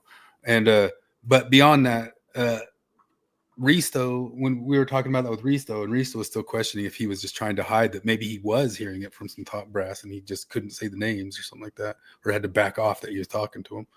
I think you guys realize is that the brethren who hired Aaron Sherinian, who pursued Aaron Sherinian to put him in this role, are 100%. Here's just say, like pointing out, like we talked before, Tim Ballard. What did Tim Ballard extensively get in trouble for? Why did he get X? Why did that stuff come out in Vice? Was it the sex stuff? Did the church say it was the sex stuff? They didn't say it was the sex stuff. They said it was that he was using M. Russell Ballard's name as an endorsement for his thing. Oh, yeah. They said that he was speaking for M. Russell Ballard. That's what supposedly he got in trouble for. Is Jim not doing that here? On Team Sherinian. So when you start saying, well, I question Aaron Sherinian and I question his faith and I question his commitment to the family proclamation. Have I ever said that I question his faith, or that I'm opposed to the brethren? What this is what I'm trying to illustrate is that first of all, no, that's the you didn't distinction answer the question. He's so bad at this. Between questioning his commitment to the family proclamation and questioning his faith seems to me to be a distinction without a difference. Well, I mean, no. And I think this is getting more into the roots of some of this. I wanted to share. I'm going to jump forward to 1255 or just starts going. To trust the brethren in terms of their willingness to accept that Aaron Sherinian supports the fundamental doctrines of the church, including the family proclamation. Because it's if they such like a struggle session of like you must take all hires as this or that, or you don't sustain the brethren, which he doesn't stand by for himself. Oh God, no. Sit here and say, well, I'm questioning his commitment to this. What you're saying is, I don't trust the brethren and I don't sustain the brethren in their decision to put Aaron Sherinian in this position. That's why I've called you an anti-church activist, because there's no difference between that lack of trust in the brethren's decision here. It's hilarious listening to this like self-avowed progressive Mormon Jim Bennett switching, like once it's convenient toward him, he immediately switches to like traditional Mormon tactic, because this is like a Mormon apologist tactic. Yeah. Anytime you question anything, that they be like, well, you're actually, if you don't think your bishop's doing a good job, then that means that you're questioning his calling by the stake president, which puts it into question his calling by the Area 70 and his calling by, and then all the way on up to the apostles. And this isn't a progmo tactic, but Jim's using it, and it looks so, it looks dumb coming from anybody, but it looks pathetic coming from a progmo. Yeah, because if Quick was hired as the person, they would not hesitate to complain about it. Oh yeah. Kate Kelly's lack of trust in the brethren to not ordain women. The fact that you feel like you're doing this in the service of the church, that you're doing this in defense of the church, in defense of the family proclamation, I think creates that blind spot where you don't realize that what you're doing is questioning and doubting and refusing to sustain the brethren in their decision. It is such like a weird paradigm that some of this, like you got to kind of point back at the optics of the church of the whole thing of saying, well, you left this kind of weird scenario where if you affirm and say you're standing by the proclamation of the family, that sounds like you're saying you don't stand by Aaron Sherinian. And if you affirm and say you stand by Aaron Sherinian, it sounds like you're saying you don't, like that. They have to just recognize that right there with all of the drama the past week, that little rift is created, Well, there's a certain point where like, I understand worrying about optics and stuff like that, but there's like a certain point where, if affirming Joseph Smith as a prophet of the restoration, like if that somehow became optically bad in a social sense, do you think that means they should stop doing it? Like, well, I just don't think right now is the time to say that Joseph Smith actually translated the gold plates. It'd be pretty easy to do with bots and a hack account and just like act like you're like 1,000 Desnats and put all over Twitter. Yeah, Joseph Smith is my colonial hero. Me and my Nizers, me and my fellow Nizers, we're all down with the colonialization of Joseph Smith. We're going to colonialize the world under Joseph Smith and just turn it into bad optics to support Joseph Smith. To put Aaron Sherinian in that position and keep him in that position. If Aaron Sherinian were ever to publicly do anything contrary to any doctrine of the church, including the family proclamation, he would be removed from that position within seconds. Including and the fact that he has remained in that position. Does that mean it's doctrine? I would love to. I wish, like, I'm not trying to shit on Steve or anything. I wish he would have asked him, like, would you trust the brethren if they put Jacob Hansen as the comms director? Like, would you make a stink out of that? Yeah. This comes down to, and I'll share something on the screen here. A lot of members not too long ago were being told by the church that they were to support with their time, efforts, and means Proposition 8 in California. Okay, and so when you're being told by the church to support Proposition 8, and that you are to, and a lot of people lost friendships and all sorts of things over this. And then here, just, a few years after this, you have Aaron Sherinian, while I believe he's a bishop at this time, posting these sorts of things on social media. That love is love and marriage equality, and he's so proud of their pride in these kids. And now here's my thing, okay? That's fine. But you can't say that it's an illegitimate question, or that my confusion or the confusion of other members is somehow illegitimate here when we're trying to understand what this all means. Does this mean that the church now has altered its thoughts on gay marriage, or on like what do you think this means, Jim? That or has Aaron Sherinian changed his position on this? Does he now sort of renounce these sorts of things that he said in the past? And I'm fine with that. Like, either way, this isn't about Aaron ultimately. I'm confused here, and a lot of us are confused, and we're trying to understand. And when you're saying, well, you can't ask questions because if you ask questions, that implies that you don't support the brethren. Well, then what am I supposed to do, Jim, if I'm genuinely confused? Well, see, again, you're missing the forest for the trees here for a number of different reasons. I mean, there's a lot to unpack in what you just said. But again, my purpose for being here and my purpose for talking about this is to demonstrate. I hate that term, unpack. Let's unpack this. Oh God! Every time I hear that, even if it makes sense to say it, I'm like, I'm not listening to you. Great. That the fact that you feel confusion and that you have questions, you think justifies the kind of public criticism that you're engaging in of the brethren. Hold on here. It's so shitty. It's such a shitty term. There's a lot to unpack here. You have any confusion? Thinks you have any ability to like? Okay, thanks for unpacking that. Great unpacking, Jim. So I'm the oldest kid, right? My parents would often leave me in charge when they left, and I'm like 11, and I feel like this is just like me telling them, like, all right, guys, you guys have to go into your room, into the corner, and stand on your head the entire time that mom and dad are gone while I play video games and eat candy. And they're like, we don't think that's what. We don't think that's what mom and dad want us to do. We think they're going to be mad at you if you do that. And I'll be like, you're questioning mom and dad right now. Mom and dad left me in charge, you little. You really did this? No, I didn't do it. That'd be funny. No, I was a fantastic brother. Okay. But this is, if I did that, like, Are you questioning mom and dad? You are not listening to mom and dad right now because they told you that I'm in charge. And this is like you saying, you guys are too stupid. You think you're smarter than mom and dad? Really? You, as a little 6-year-old girl, you think you're smarter than mom and dad? All right. You're saying that I'm making public criticism. I want to understand what specifically I said. So I'm real close with mom and dad, and I speak with them behind the scenes. They've called me. They've called me and spoken with me directly. Yeah. Your mom and dad think you're an asshole. They want you to know that they're really disappointed. Seriously thinking about cutting you out of the will if you keep saying the things that I can't. I don't speak for them, but and by the way, like, why didn't Jim bring any receipts? There's got to be something Jacob said that he could have spun into like a specific, right? He just didn't bring anything. He's just, oh, I don't know. He kind of blah, blah, blah, blah at one point. Yeah.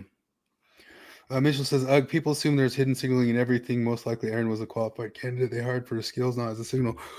I'm actually of the belief that those top dudes are less savvy about all of the cultural war stuff. Yeah, no, and they just saw the guy's resume and hired him for his resume. I think And while he's a bishop and he's got this resume, hire him. I think it comes down to like, wait, you made Philip Morris look good?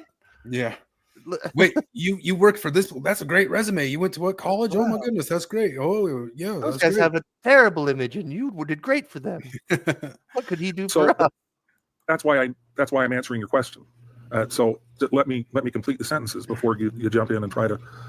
Anyway, there's another bullshit thing that he did, because he did an awful lot of interrupting throughout all this. He wouldn't let Jacob talk. Like, that's another thing. That's just a big pet peeve of mine. It's like, will you let me finish? Yeah. Like, there was one part where. Well, that happens to you all the time in debate. So yeah, you are letting them finish, and they talk forever, and then.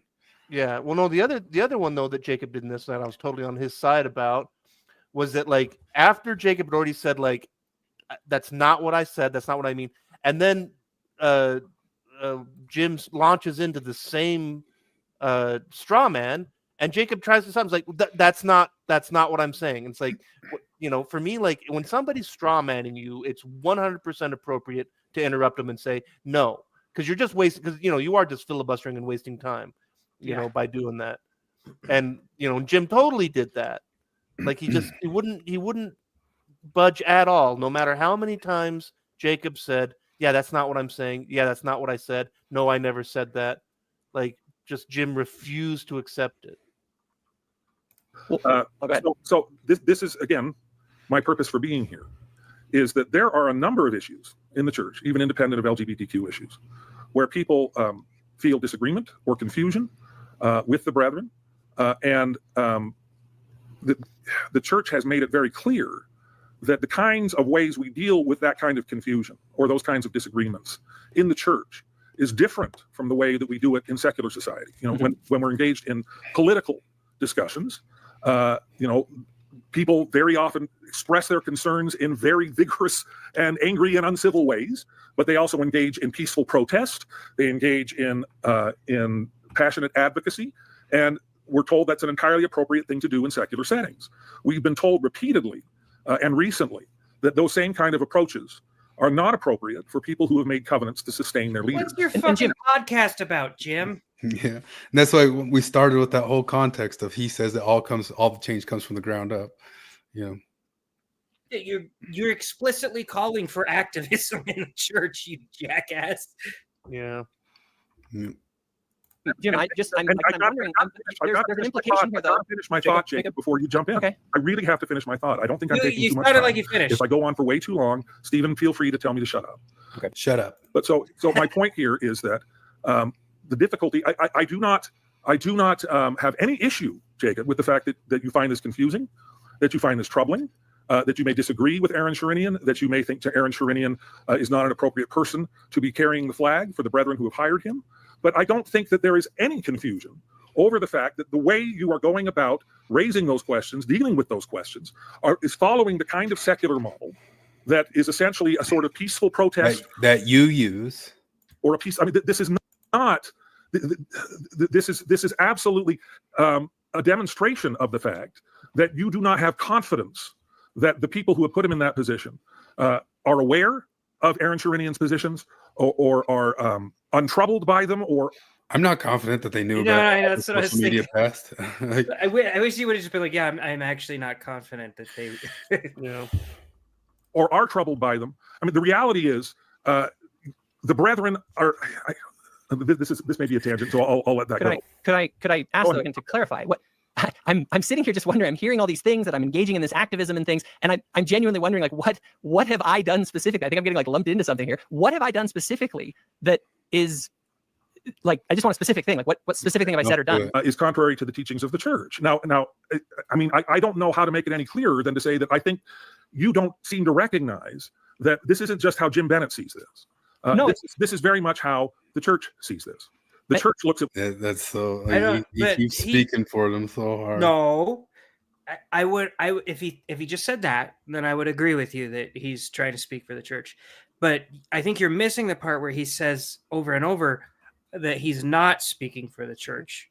Yeah. So come on. Chris. He says he's not, so he's not. Dang, though I he guess is. I stand. I like happens to Jim Ben all the time. I've been put in a corner. You know, you guys, I'm just trying to have a conversation here. I'm not having a debate, and you guys keep trying to be right at me. And I'm just trying to have a civil conversation, and you guys turn it into a debate, and you just have to be right. You're just the worst. Oh, I am just the worst. Sorry, I'm just the worst. Man, I wish that I was as bad as he was. So great. So they're just kind of back and forth on this. Is like, what did I say? I didn't do anything. Oh, the brother, and you hurt the brother, and you hurt the brother, and all. I was speaking for the brother, and all, and you're doing activism against the church, and so this back and forth on that. So then Jacob brings up a proof that it is causing the confusions, thanks to good old quickie. Are people out there that are watching this and are thinking to themselves, you know, hey, is this a signal of something big that's changing in the church? Like, is the church moving in a new direction? Okay. And so I actually had a conversation with Kwaku and on Ward Radio. And it was funny because Kwaku is sort of like, yeah, obviously, like Aaron Sherinian's hiring means something. And I just want to show real quick what he said, because I think it's very, very kind of telling and important. And let Kwaku finish. Is gay marriage on the table?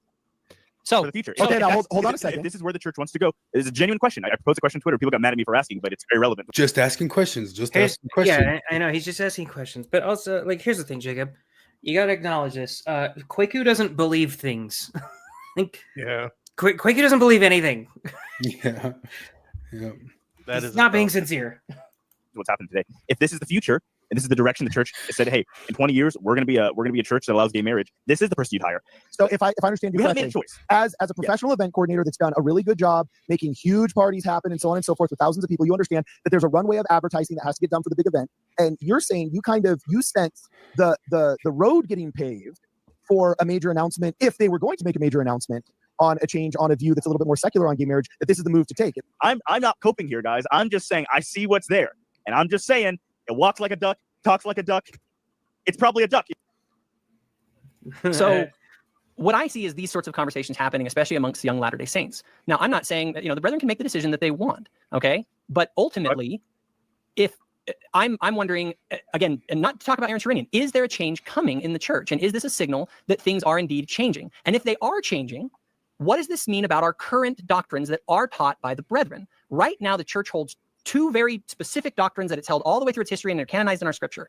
Number one is that marriage is a requirement for exaltation. And number two is that marriage is defined as the union between a man and a woman. Okay. Now, Jim, if you do you believe those? It gets a little dodgy here. Or do you think that they may be Yeah. false and may change in the future? Those two truths. We've had that discussion before, Jacob. I mean, so you're asking me this, I think, in a sort of performative way to try to get me to say something that you can use in a debate against me. And I'm not really interested in doing No, I'm trying to get to the fundamental issue here. I don't like it when you put me in a spot where I have to acknowledge Say my what I think. contradictions. Yeah. Yeah. I'm not here to because answer questions. Jim, I'm trying to understand this. The church makes truth claims about sexuality. The reason that we have the doctrines that we do are because we believe that marriage is a requirement for exaltation, and that marriage, what we mean by that term, is the union of a man and a woman. Okay? If you say that that can change, you're saying that those truth claims are not true, because if they were true, then they wouldn't change. And my question is, and everyone is asking this, this is the heart of the division. Yes, I think this Is is this the just big... a function of? Is this just a Everyone function is of being, Jim, even we are asking it. We are asking this. Is this just a function of being a listener rather than a participant, that like you can ask better questions? Because I don't know why Jim doesn't ask him right here the question that Steve asks him pretty soon about, like, okay, hang on, you said a man and a woman. What about polygamy? Like, how did Jim not bring that up? Like, how did that not strike his brain to because it's such a slam dunk, and he has to kind of weasel in there and be like, no, it was one man and a woman. Like, I guess what he's saying is that, like, in his defense, they weren't like a polyamorous fuck pile. It was the dude is married to her. I think they can stick with the fact or the general idea that all unions had the concept behind a procreation that had one mother and one father. Sure. And that's the goal. Yeah, well, I guess we'll just read it into that because we don't need to listen to all those points. You were saying he brings up he just says it's a problem that people think these things could change, and I believe that they can't change, but I'm worried that all these people think they can change, so they're getting all confused and spreading all this stuff around out there, which is happening. If it does change, will you still support them, Jacob? Jacob just says it won't. They both of them have a lot of moments like that. Well, if this thing would happen, what would you do? It's not going to happen. It's not going to happen. So they're not going to go into hypotheticals. In Jacob's defense, I'm pretty sure I've heard him say before that if that did change, he would leave the church. Yeah. And Jim, if certain things changed, he'd go along with it. And then he's also announced, like with the exclusion policy, he said he almost left the church anyway because of that. Nope. But he's not here to pass the purity test. Yeah. And Jacob points out the purity test. Jacob points out if it does change, the original claim is false, and that's a big problem. It's always, I get kind of critical of Bill Real and all those guys, but like they're kind of generally like saying, you guys got to change this, you got to change this. And as soon as they change something that they've been screaming for, they go, why'd you change it? Why'd you change it? Grab them with a noogie. Why'd you change it, stupid poopids? You know what I mean? Or like, why? Because there was that great NPR article that just came out talking about how women's garments changed, and now they've got like sleeveless garments. Yeah. And stuff, and like they allowed sleeveless garments, and the change, like it leaves a lot of people asking the question, why didn't they do this earlier? Yeah. And it was Flip had one of my favorite quotes on that. It was just, oh hey, thanks, fuck you. That is a good quote, right? That's a good quote. That's a great quote. Yeah. It's one of I'm those going to reference things, that quote often. Thanks. Oh yeah, you. it's one of those things that you hear, like a short little phrase that you hear that it pops up in your head like once a week. Let's see. So just I guess kind of piping through it. Distinction between doctrine versus policy versus practice. I don't like this all to talk about, but everybody does that for their things that they're kind of trying to justify. Like 100% Jim did that in his CES letter of defense. Honestly, I will tell you, Jacob is the first Mormon apologist I've ever heard say doctrine changes. Like he says it in this. I was actually pretty shocked because I've heard him use the doctrine versus policy argument before, and that's something that all apologists use, and it's such a dodge. It's a stupid argument, but he actually says doctrine changes. And well, okay. Jared, that's actually counts as a strike against Jacob. Jacob believes that the brethren do believe revelation. His comment suggests that it's only valid if they agree with him. But I think Jacob does believe that because he believes in like an eternal truth that the brethren and the gods are even subject to. Well, I would say that there's a threshold, right? Because like I'm putting my Mormon hat back on, right? And the threshold might be if, like, I don't know, say I'm back in the 70s and they say that black people will never have the priesthood, and then they get it. That's pretty close to the threshold, me being like, wait a minute, how were you guys so wrong about this? I don't know that I would have left the church over that. I probably would have, but I don't know. And then there's a step up in the threshold. Now women can get the priesthood. Ooh, okay. You guys were so fucking wrong. How were you so wrong? And then a step above that, like if they go all the way up to like, we actually found out Jesus Christ isn't our savior and he was a false prophet and he's actually burning in hell right now. Like, okay, no, like this. I don't think this is a strike against Jacob because I think that if they said something so foundationally important to the Mormon church is actually bullshit. And I'm using Jesus Christ being the savior as an example because that's the most foundationally important thing. If they said that, I like even putting my Mormon hat on, I'd say Jacob's right to abandon them and say, no, you guys are fucked about this. And it's not just because you don't agree with me. It's because this was the entire foundation. Yeah, and I guess it depends on how foundational the claim is. And the claim that marriages between men and women is pretty fucking foundational in the Mormon church, especially. There's a classic episode of Mormon Expression, the old John Larson show from the good old days, where he did a one just called "Why Mormons Can't Change on the Gay Thing," and he basically lays it all out. But like, because it really is just, it completely undoes the entire afterlife for Mormonism. Yeah. You know, it just it all becomes pointless. Are there at that spiritual point. surrogates at that point? You're in a gay heavenly relationship, and you have to like adopt spirit children from deadbeat gods and goddesses who can't take care of their spirit kids or whatever.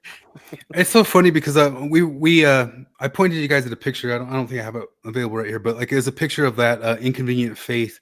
Just all the headlines of like each one of their articles was like such boomer truth regime stuff. It's like, what about race? What about women? What about just each episode? Race, women, and all that ever happened was the slavery and the Holocaust. That's every movie and everything ever. And women in the priesthood and that sort of deal.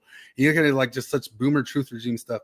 But I like what Troy said sometime this week. We were just talking about it's all just like in this like acid of moving through modernism and postmodernism, that its identity is just getting shriveled up into the same thing that everything else is just getting like sucked up into, and could just become like this whole other thing if it doesn't hold on to the stuff that makes it distinct. And if it does just become the thing, like, we just give into all the things and it just shrivels up all of their, like Flip said, what their doctrine says and what really makes it distinct, then what are you looking at here? Like we said last week, it's like Target or just some sort of slop fest of corporal whatever universal Unitarianism type stuff. Like they got to hold on to it or they lose the identity. The identity's gone, you know, and maybe they're going to do that. Like I'm not confident that they don't do that. I hope they don't, you know, but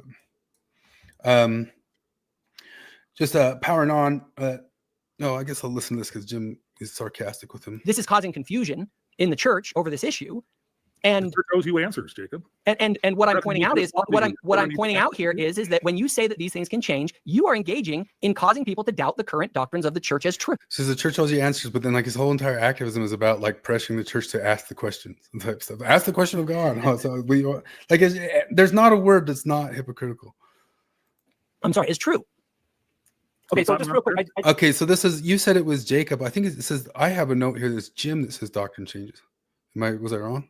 I just want to clarify because of course, Jacob, in the past you have said that Brigham Young was wrong about the one drop rule about race.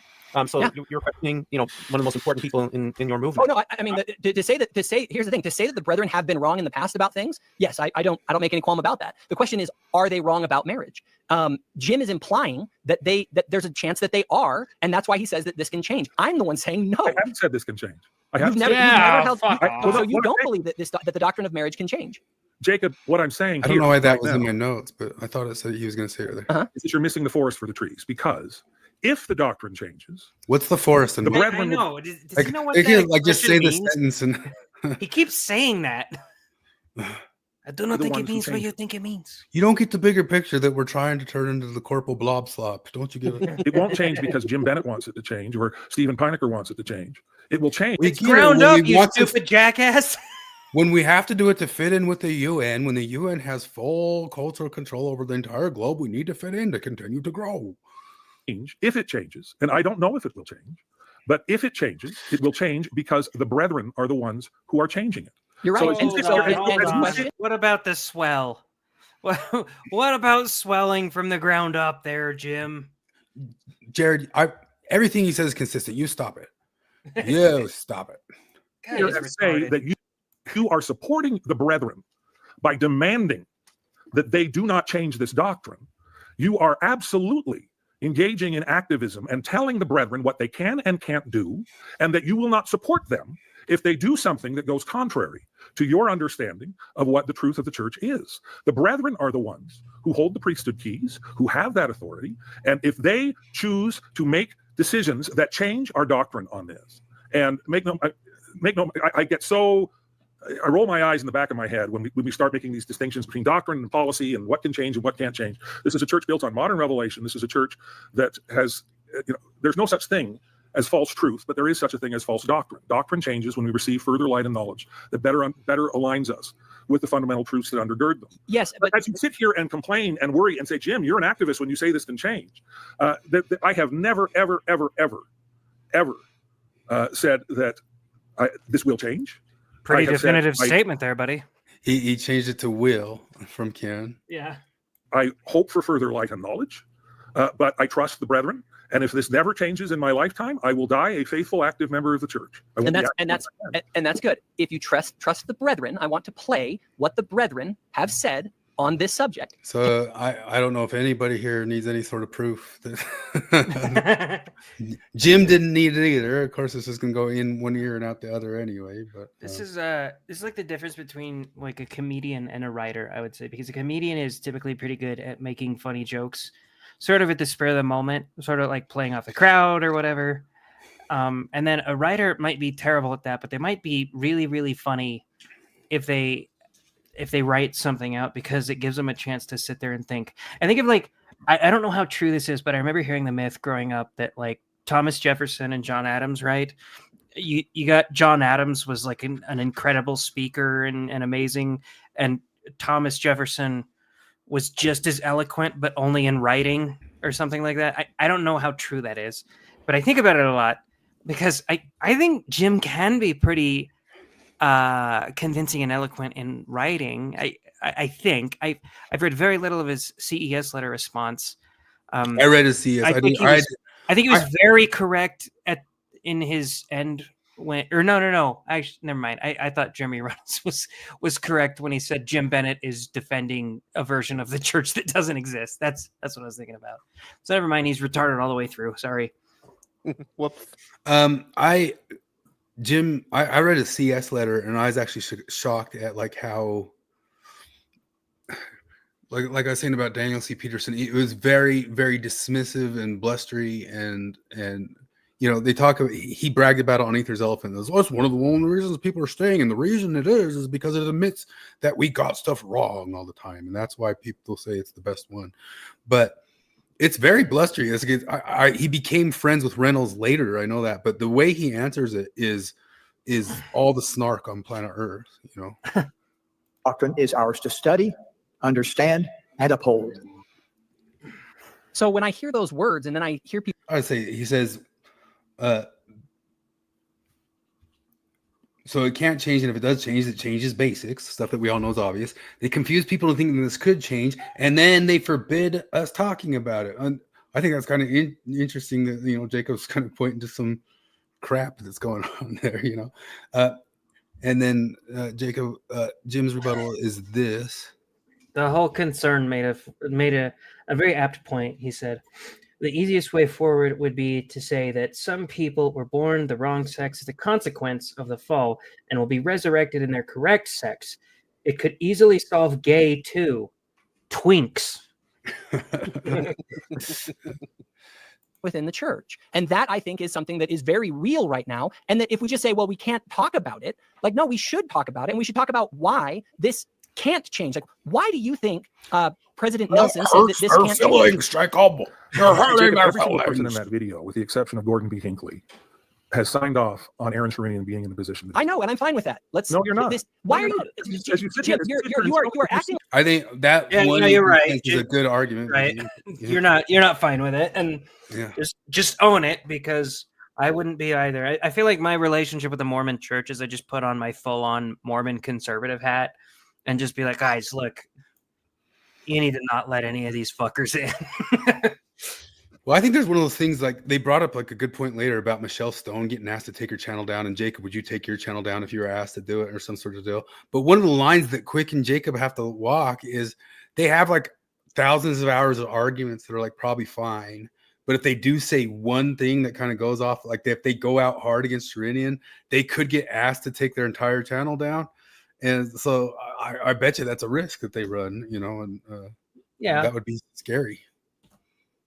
Like, no, this isn't fair. This isn't fair, Jim, because you're acting like you're acting like I have a position that I don't have. My position is that the brethren are perfectly fine to make the call that they have. I'm pointing out that this is causing some confusion, and maybe that confusion is justified because Aaron is good enough at his job and all that kind of stuff that they do it, and I'm fine with that. The brethren can make that call. I'm trying to point out, though. Anyway, they kind of go back and forth with the same stuff again and again, because I mean, they really are just kind of repeating the arguments back and forth to each other again and again. So now I'm just kind of trying to get to where they get blustery about it or make they confuse people to thinking they could change and forbid talking about it. Everyone in that video signed off. This isn't a position against him. Will it change? If it changes, it'll be the top leaders who do it. Why show me? Why did you show me all those? Did you have to show me all those? We know that you know that stuff, Jim Bennett, but we also know that you wave it away. I don't engage in activism to make them change. Response: who are you trying to convince, Jacob, the prophet or yourself? No, maybe that's a pithy question. Do you think Jacob's having to convince himself that they won't change? Or do you think he believes they won't? I think he believes that they really won't, and I think most people believe that they won't. I think he's scared that they will. I think they're scared. I think there's a percentage of scared, but I think they believe they won't. And again, and again, this is me kind of projecting myself. I feel like if I was in Jacob's position, I would be scared that they would. But obviously, I don't think they're led by revelation, so that's a little bit different. So maybe if I thought they were listening to God, I would say, yeah, they're not going to change on this. Yeah. Troy says Jefferson was a bad speaker and didn't give oral State of the Union addresses. He wrote them instead. Then Troy says no microphones back then. You had to have a good voice, not just good words. Let's see. Where was I? Moving on.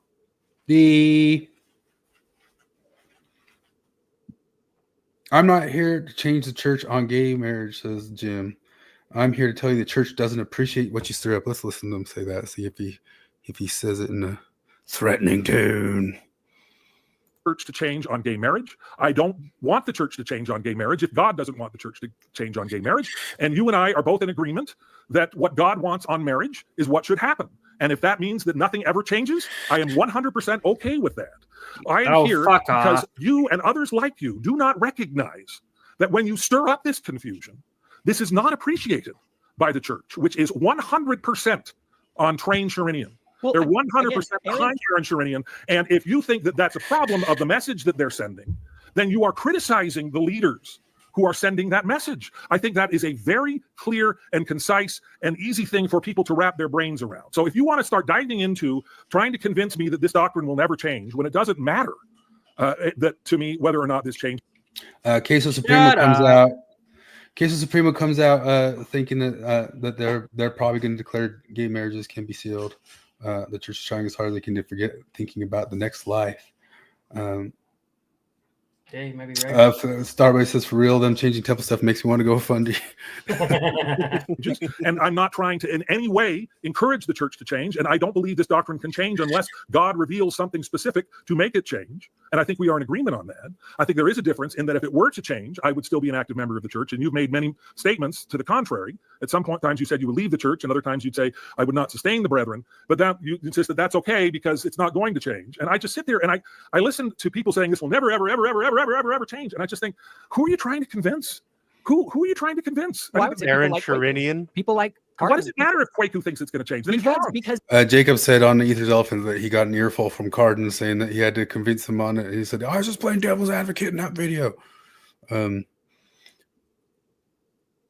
wrong. So what? Everybody's wrong about a lot of things. What people personally believe, I've said this many times, that the amount of latitude that members of the church have to believe different and even heretical things is much broader than people realize. But the flip side to that is the amount of latitude church members have to criticize church leaders is much narrower. Translation, you're very allowed to think things. You are not allowed to say things. It's also funny that Jim's he's acting like he's the one holding the orthodox opinion here. Yeah. You're doubting the brethren. Wait, by saying that the Mormon church isn't going to accept gay marriage, I'm the one doubting the brethren here? I'm the less orthodox person? This is such a fucking tactic. Oh, God, I hate it. Holy Ghost is Heavenly Mother, or they want to believe that there is no polygamy in heaven, or that there is massive polygamy in heaven, or that whatever pet doctrine you want to believe. Just don't say it. Members of the church are entirely welcome and within their purview to believe wrong, stupid things. Where they get into trouble, and where I think you are in more trouble than you realize, or you are causing more damage. It's such a threat, man. It's such a wild. I know. What is that? How are we supposed to interpret that? Yeah. He says repeats. Jim says, Jacob, you're in deep trouble. Repeats the confusion, calls for clarity. Is that him calling? Oh, that's I think that might be Jim saying that. Oh no, that's Jacob calling for clarity. Because one of the things that Jim keeps saying is that he wants further light and truth. Call for clarity on the family proclamation.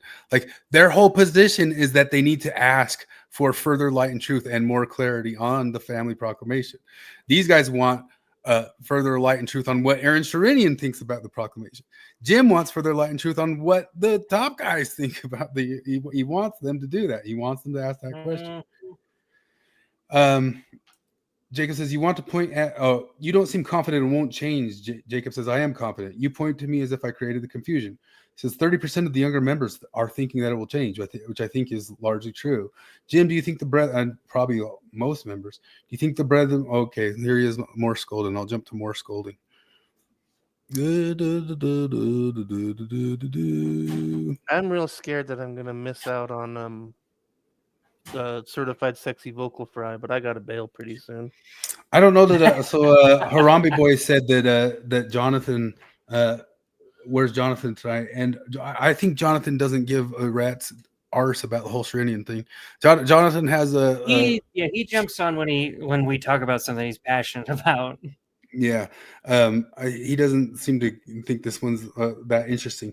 But one thing that did happen this week is, and we could jump to it. There's still a whole hour of this, but honestly, the truth of it is, maybe I could just jump into the juicy parts. But the only really juicy parts is just how blustery and like we know the arguments already. So the only other stuff to see is Jim getting blustery and calling himself a terrible person and getting painted into a corner, and then the grand finale where his wife yells at him, which is that is great stuff. Because that reminds me, one of the things I was going to say about this is that like it's filled with irony and paradox, but one of the things I realized listening to it, like one of the big paradoxes is that it is simultaneously fascinating and totally mundane.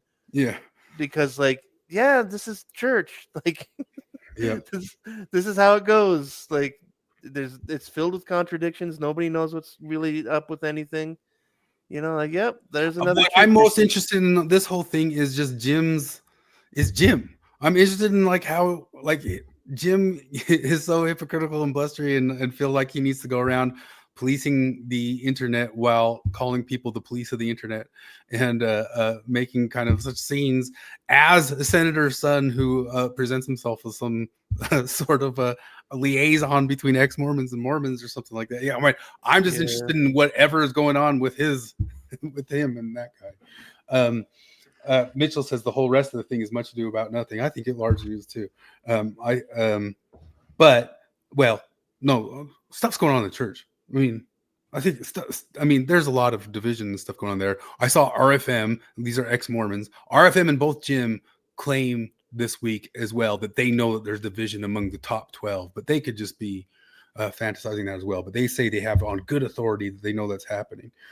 It's not, I don't think it's nothing, but it is also just kind of like a little blip of what's going on right now. Whatever is going to happen is going to be bigger or more of a nothing bigger than this.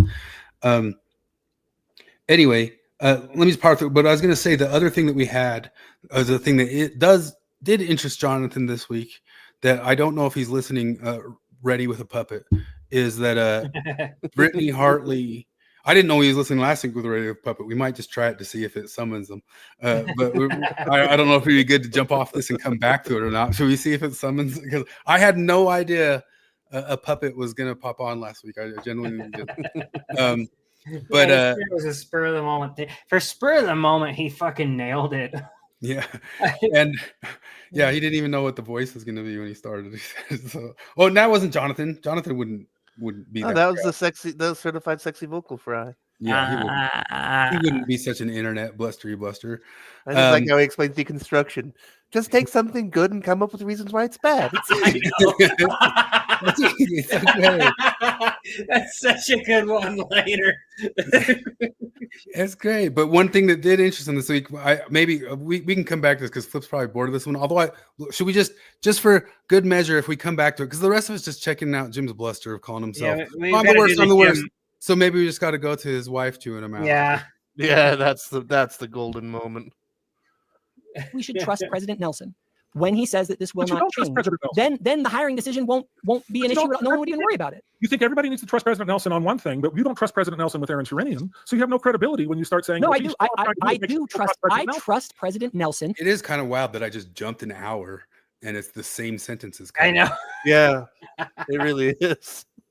to make the decision around Aaron Sherinian and the brethren to do that. That's why I'm not opposing it. I've said this from the start. There's been this narrative throughout this whole thing that I oppose the brethren. The brethren can make the decision. I have questions about why they made that decision. Wait a minute. I have I got to go to normal speed for this one. Yeah. Starbase Co-op made a good comment about this. Jim's wife catching him be in chronically online mode. Chronically online mode did crack me up. This is the best. I can't believe like they left it in even. I thought this was going to be taken down just simply for this little thing right here. concerns about how it exacerbates the divisions and the way that it's interpreted by people, but ultimately they can make that decision. My point is just this. There's a huge division here, Jim. And if we don't resolve it, it's going to continue to grow. And all I'm trying to point to is that the division exists because the brethren have made very specific statements about the family proclamation, about our doctrine on marriage. And there are those who think, and they've said it won't change. And they say, well, maybe it will. We do it on a Saturday and fighting with each other. Okay, my wife is here and telling me we need to be done. Okay. Well, let's wrap this up then. Okay. Stop this fighting. Jim, would Okay. you Well, would you like to? I mean, Stephen, you can take over, but Turns out maybe let Jim because we never needed the brethren. All we needed was Jim's wife. She'll tell us what to think. I'm just picturing Kyle's mom. Gerald, what? Are you still arguing with this guy over Mormonism? Is a family proclamation to the world? Just I gotta pull at least like a one. I'm a terrible. He did it like 4 times. He did it, yeah. Let's see here. I'll jump to. that President Nelson may not be telling the truth when he says that the doctrine will not change. Okay, so here's again where I just think you're missing the point. Again, I'm happy to concede confess to all my wickedness. And if I am an activist against the church, and if I'm tearing the church down, there are priesthood channels that can take care of that. And I will have to suffer the consequences of whatever activism in which I am engaged. I don't think I'm engaged in any, but I don't care whether or not you agree with it. Jim, in your podcast, you multiple times have talked about the possibility of changes in the church around this doctrine. When you do that, you are undermining President Nelson when he says that this doctrine will not change. I don't believe the doctrine is going to change at all, but I believe that it's harmful when people imply that it will.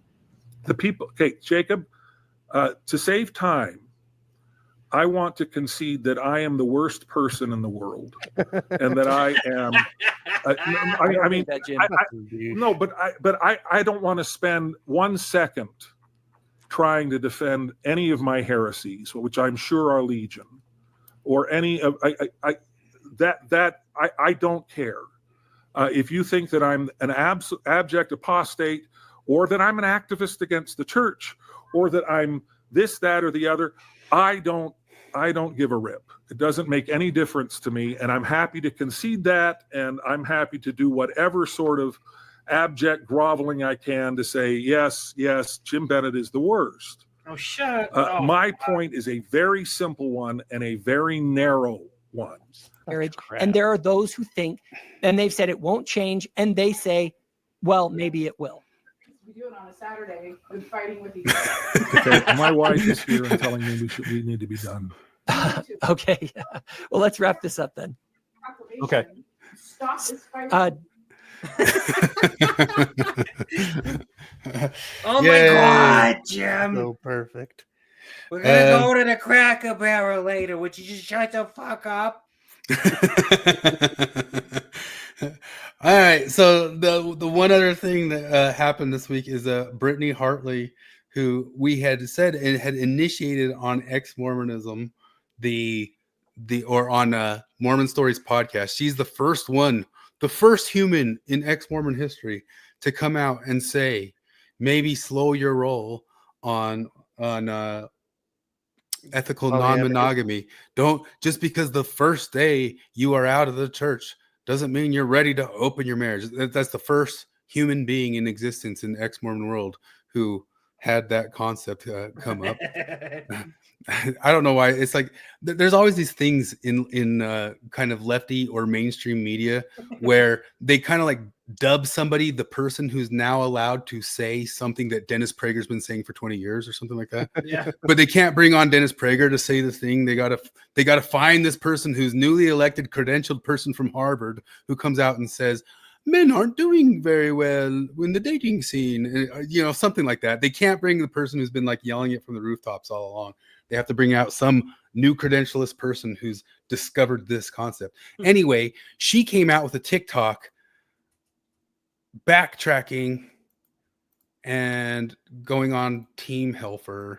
And before you get onto that, Starbase Club had a great comment. Example of the patriarchy. One woman walks in and everyone goes on good behavior. Yep. Yeah, that's real. It's Smurfette, man. Did you guys realize we talked about it before? Smurfette was invented by Gargamel. Smurfette was invented by Gargamel to mess up all the Smurfs, man. We're just here smurfing around, having a Smurfy time. They wanted some of that Smurfussy. And then they just introduce a little bit of Smurfussy and a little bit of Smurfussy, and it's fighting all around, man. But then we just start simping. We start simping. I don't know. Any last thoughts on Kiss Supreme says, hasn't John Dehlin been saying that? Yeah. So that's what we're actually pulling up here is that John's mentioning it here and there, but we're just kind of joking that she came out with like, it was at the start of her last episode on Mormon Stories. I'm here to bring out the controversial new idea of slow your roll about opening your marriage just because you left the church. And, you know, the world rejoiced. And yeah, we talked about it last week with Jonathan. Like, Dehlin, to his credit, like really did push back against Helfer. Yeah. When she was criticizing John and Britt for saying to kind of maybe don't fuck everyone after you leave Mormonism. Maybe at least talk to a sexologist. But and Helfer pushed back, and John actually held his ground pretty well. I'm sure he'll issue the same groveling apology that we're about to watch Britt issue. So that's what this actually is that she's the one who brought it up, and then John held his ground, and now here she is coming in backtracking on that. And Jonathan did take interest in this. That's where we're seeing if this summons certified sexy, what was it? Certified sexy vocal fry. Certified sexy vocal fry. So far, I don't hear any chimes or anything. We're trying to summon, but that doesn't summon that bat signal doesn't work very often. It's like it's only been like once a year, really. But we'll see if we can signal it more often these days. But anyway, not to tell too much tales out of school though, but I know that Jonathan did take interest in this, was shocked that she suddenly flipped it around, and that she also says studies say, data says type stuff. So listen for that, but without really citing them. But we know that he took this and showed it that direction of like, hey, look at this, you guys. And I don't know if anything was ever said back about it, but let's see. Oh, no sound. You're seeing the screen, right? Yes, you are. Yeah. Let's talk about polyamory. There's been a lot of discussions in the religious community about ethical non-monogamy. And I'm going to use Mormonism as a case study here, but this is not Mormon specific, where John Dehlin and Natasha Helfer were having discussions, even maybe some disagreements over ethical non-monogamy. Now, Natasha Helfer, she knows her data. She's a certified sex therapist, and she's really been She's a trained in this space. certified sexy vocal fry. She's really been trained. One of the things that John, maybe I should have these things pulled. I don't have them pulled, but one of the things that he pulled and showed us is that the place that she is certified from has a ton of criticism directed at that certification institution. Well, and it also, like she explained, Jonathan brought it up last week a couple yeah, times. he showed us like the link to the like, little bit. It's not just that, it's that they like show them a bunch of degenerate porn shit, like to like condition them into being like, yeah, this is normal. We need to normalize this. Yeah. If anybody's on Facebook in the Latter-day Longhouse, I think he linked it in there, some of that. But yeah, the credentialed institution, which they even mention on Mormon Stories and all that stuff, that is like, well, one of the things, some of those more credentialed by top colleges don't view it as a valid field, but I went to a place that declared that was a valid field, and you know, but This channel, sorry. Right. And so we look to her when we're talking about solid data. We don't look to her when we're talking about solid data. And that's one of the things Jonathan brought up last week, is that she just always keeps saying studies say, data says. And we did, where's the data? And he did get some, he was forwarded some, and he reviewed it and had ChatGPT or Grok review it. And it said, this whole data set is just from a call to response from, what was it, Craigslist. You know, Yeah, who's going to be answering like a call to response from Craigslist? Well, and it's kind of relevant to the. I shared a video today in the chat. It was the YouTube channel, The Second Story. It's this woman who's really big into writing, and she talks a lot about, you know, I don't know how to effectively write a story and stuff like that. It's mostly what she does. But she had a video just like 2 weeks ago called "The Absolute Degeneracy of Modern Writing," and she talks about.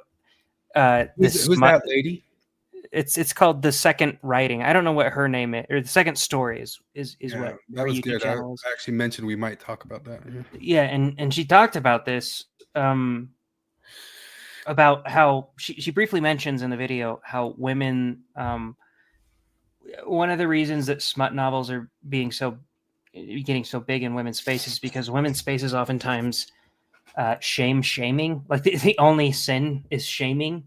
Yeah. Whereas in men's spaces, like if I told any of my friends like that, oh yeah, I like watching videos of chicks sucking pit bulls off, you know, it's just my thing, I like it, they will yuck my yum. They will absolutely be like, what the fuck is wrong with you? And they will shame me out of watching that disgusting shit. And she's saying that in these women's spaces, the cardinal sin is shaming. So you can't do that. You can't yuck anybody's yum, no matter what it is, to the point where some of the women that she talked to even said things like, when I was getting into smut, I preferred it to video porn, just because like you could find things in smut novels that would have been illegal in video form. So Yeah. it's worse. I mean, we talk about the female rape fantasy a lot. Yeah, we talked about one that was going around TikTok that was this novel that was, oh, I really read the novel, and the thing that it was like talking about was a woman had some guy cut her face, stick her face in a shark tank, and rape her from behind.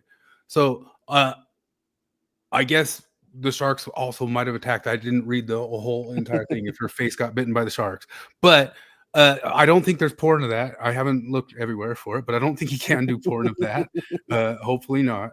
But maybe there's hentai of that or some sort of deal. It's But not only do they not shame it, but they frame it as female empowerment.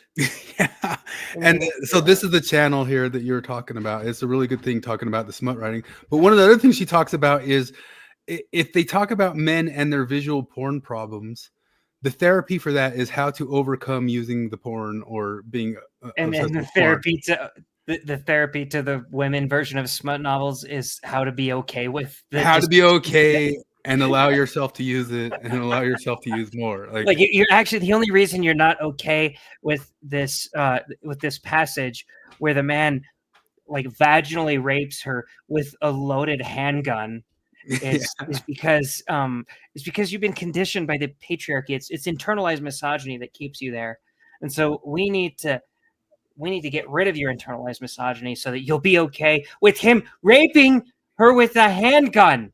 Yeah.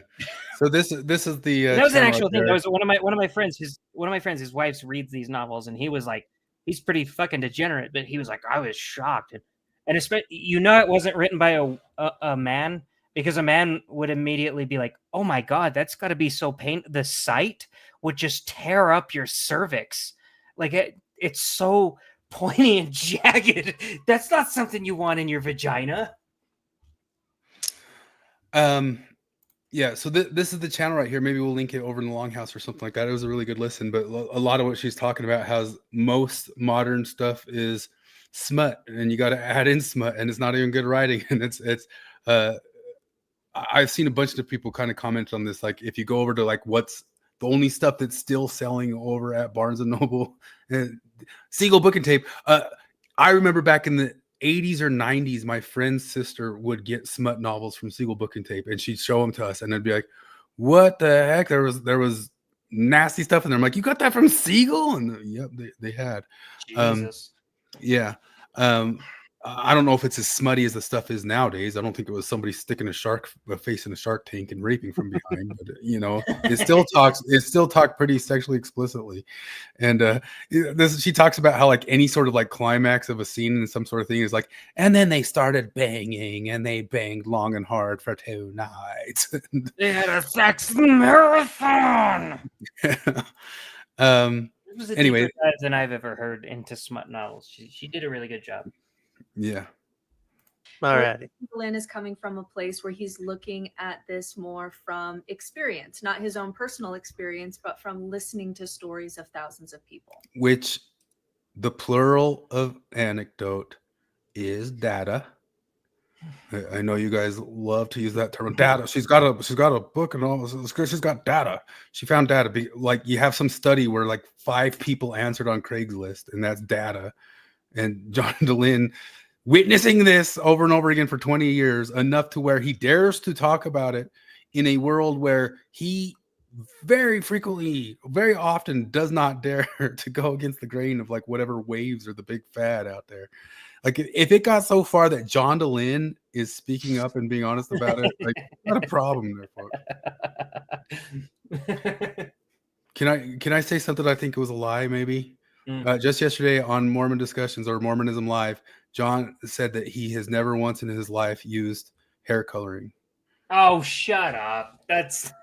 He said that yesterday. I did not believe it. And just looking at that picture right there, it looks pretty hair coloring to me. There we go again with exposing the difference between male and female spaces. I will shame my friends if they get like.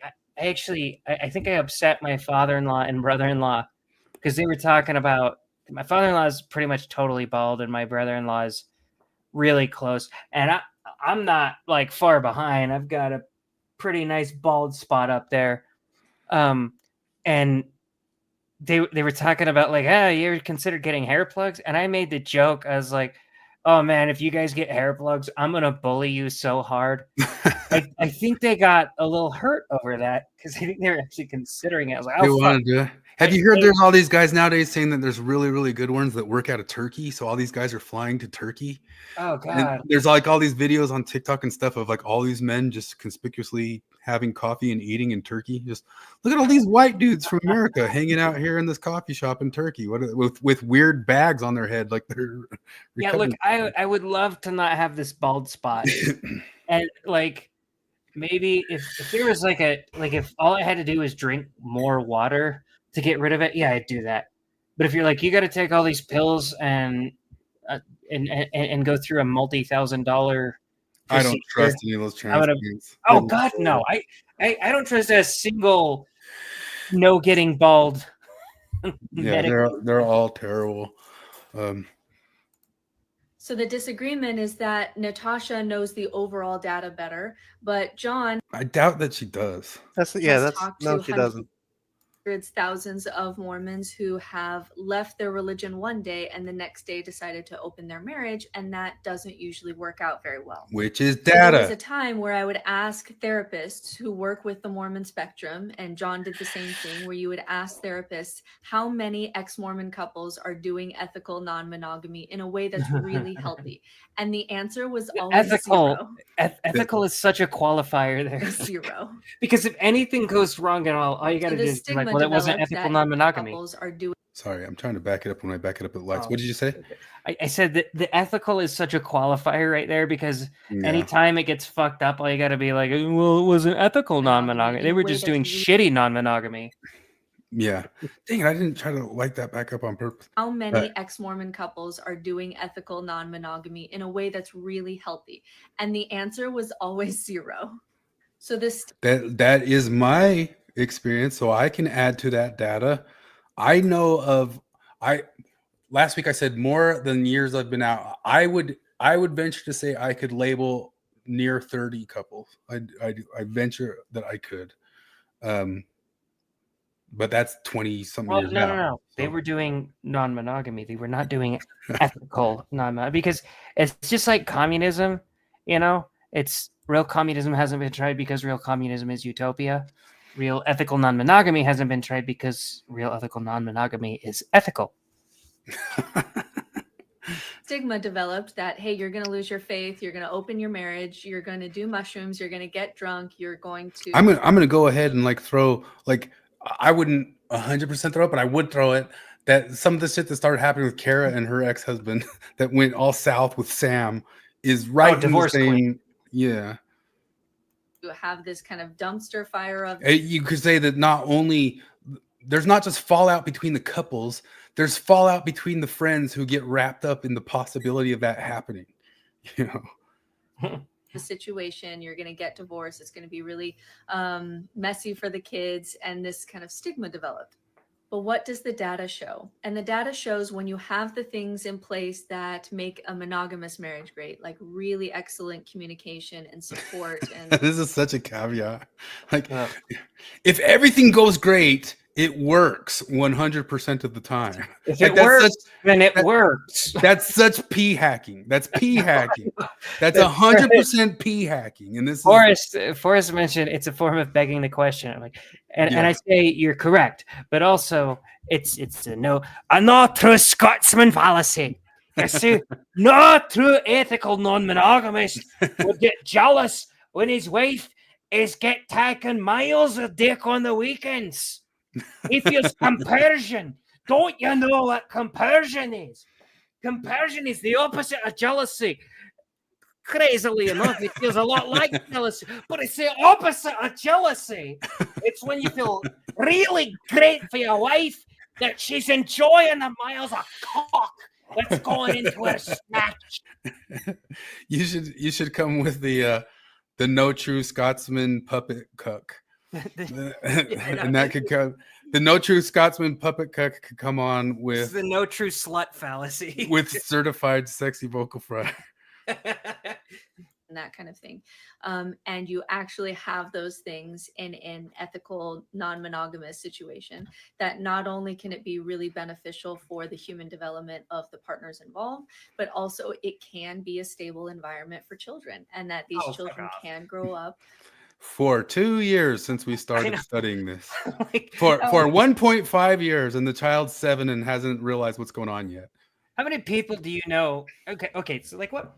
How many people do you know? Think of a couple of people who have really, really good marriages, like solid marriages, like with good communication. You're thinking about them? Okay, now you're thinking about those people.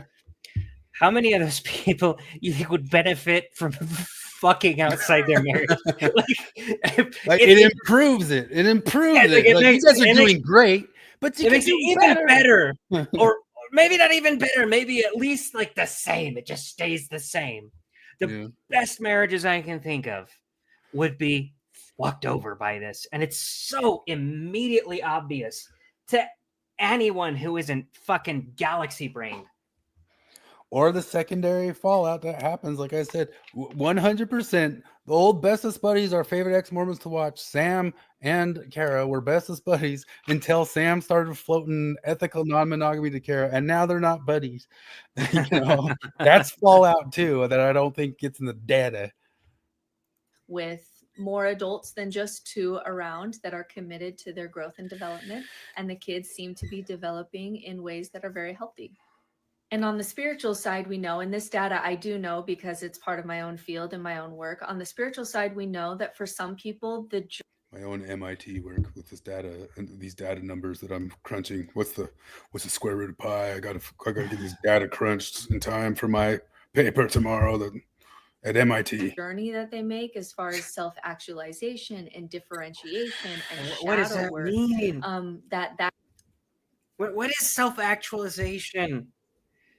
It's just, it's such a buzzword. It's quantifiable in data. They are much more self-actualized when they take miles of dick from other people. It's quantifiable in the qualified data that you can quantify it. Be explored through their sexuality. It can be the cornerstone of someone's spiritual journey. So I'm not against ethical non-monogamy. I'm also not against the idea of how families are cobbled together.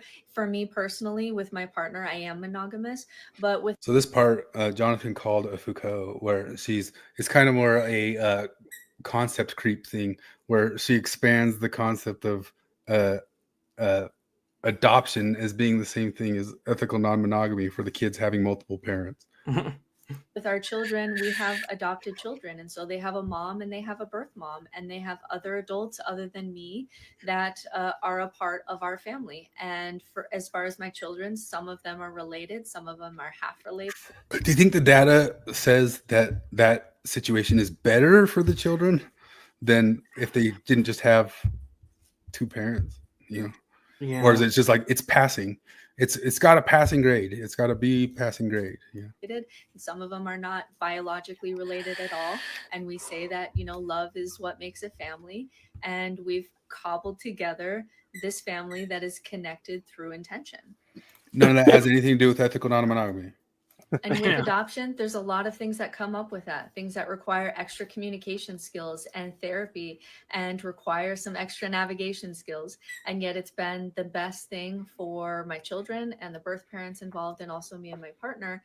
But So open your marriage. Yeah, you know, one of the most tragic I don't know, they're all tragic, but one of the most tragic ends of ethical non-monogamy is, like, Morgan is sending me these stories constantly of people trying to open their marriages on Reddit. Like, she reads a lot of them because she thinks it's hilarious. But one of the most tragic ones is, like, let's say, like, wife says, we need to open the marriage. Husband is like, I don't really want to do that. And she says, no, let's do it. And he says, okay, let's do it. They open the marriage. Wife starts banging other people. Husband starts banging other people. He gets a girlfriend. Wife really likes a girlfriend. She's a real sweetheart. I like having her around. She's nice to my kids, all that stuff. Uh-oh. Husband is more attached to girlfriend now than he is to me. And they want to be exclusive. And now my husband is divorcing me. What framework within ethical non-monogamy could you possibly use to say that that is the wrong move? Yeah. Because he's just living his truth. Like, he's just saying, I thought I was non-monogamous. Turns out I'm not. And this woman is my soulmate. I'm going to leave you and the kids to be with her and her exclusively. Like, Sounds like you're speaking your truth. Thanks. Yeah, I know. Like, what do you say to him other than, well, this is, I want you to be able to live your truth. I gotta totally bail. All right. I'm You were doing just the great waiting. awakening. You were waiting for the bat signal to work, and it didn't work. We don't have a streeter on deck. At least not yet. Maybe what actually signaled him last time was you leaving. Yeah, I kind of feel like that. It was my punishment. He's tired of your shit. But alrighty, I'll see you guys next week. All right, later. The whole concern says it's ironic because Brigham Young's non-ethical non-monogamy is less gay than modern swinging. Ethical non-monogamy, magnet polygamy. The CEO of Coldplay just needed to talk about it with vocal fry first. Yep. That is what happened on Sister Wives with Cody and Robin. I don't know that story. Oh, that's a reality show, right? What? Sorry, what was that? The Cody and Robin on the Polygamy Wives show. Oh, so okay, I'm trying to remember that. I watched parts of that show a long time ago. Cody's the main guy, and he's a polygamist. He's married to, I think, 3 different women at the beginning. I think there's a 4th later, but he's only married to his first wife, and then after that, like, he, for some weird legal reason, they get a divorce, and he marries the 3rd wife legally, so that she can have some certain type of right. Starbase Collab says Robin is the newest wife that he actually loves. I can't say that I could. I don't know. I could, in my sluttiest, most degenerate self, I could bang a bunch of different women. I couldn't be in love with a bunch of different women. I would choose one. I'd have to. There would be a favorite. Like, it's like people say that like nobody chooses a favorite kid, and then they make the joke that everyone has a favorite kid. I think they're wrong about that. I think I don't have a favorite kid, but if I had 4 wives, I would have a favorite wife. I would absolutely have a favorite wife. And I couldn't be romantic with the ones that aren't my favorite. Yeah. I could bang me, him. the concept as a single dude, not to brag, but I'll brag. I haven't had problem like attracting women and stuff like that. But the sleep around thing was, even when I was completely single and free and like I could sleep around, I'm ex-Mormon and stuff. The concept of chasing off women that you just banged was nightmare fuel in itself to me. And some of the guys that I know who sleep around the most are just almost like sociopathic in their ability to just say, all right, I was done with you, and like just kick them to the curb. You know what I mean? And that, you know, I think there's like some sort of sense, if you're any sort of decent person, you know, that. Oh yeah, that, I couldn't even do that in like high school. Like, yeah. I couldn't even chase off the woman who I said has pretty hair. You know, like, you look very pretty, and she's like, "We're dating now." Oh fuck, we're dating now. Okay. How do I let her down? What do I do? Oh, shoot me in the head. Yeah, I brought it up before, but that Owen Benjamin joke that he said that got Adam Sandler to notice him was that joke that he said, I can't do one night stands because anytime I sleep with him the next morning, instead of saying what's for breakfast, I always say, what are you doing for Christmas?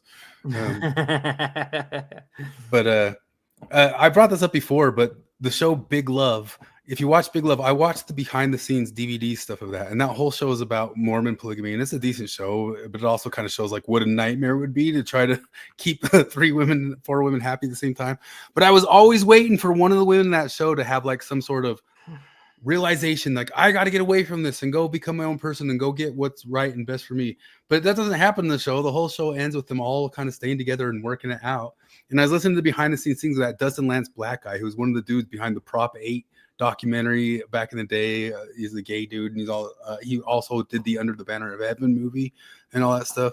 But he was saying that he was trying to show some sort of solidarity at the end of it, that love is love with all the Big Love people. So it's like the idea I was supposed to get out of the Big Love show of polygamy was rethinking the expanded love thing towards the end of it, where I was sitting there in a stupid mindset of somebody here is going to have a story arc, like a hero's arc of getting away from this.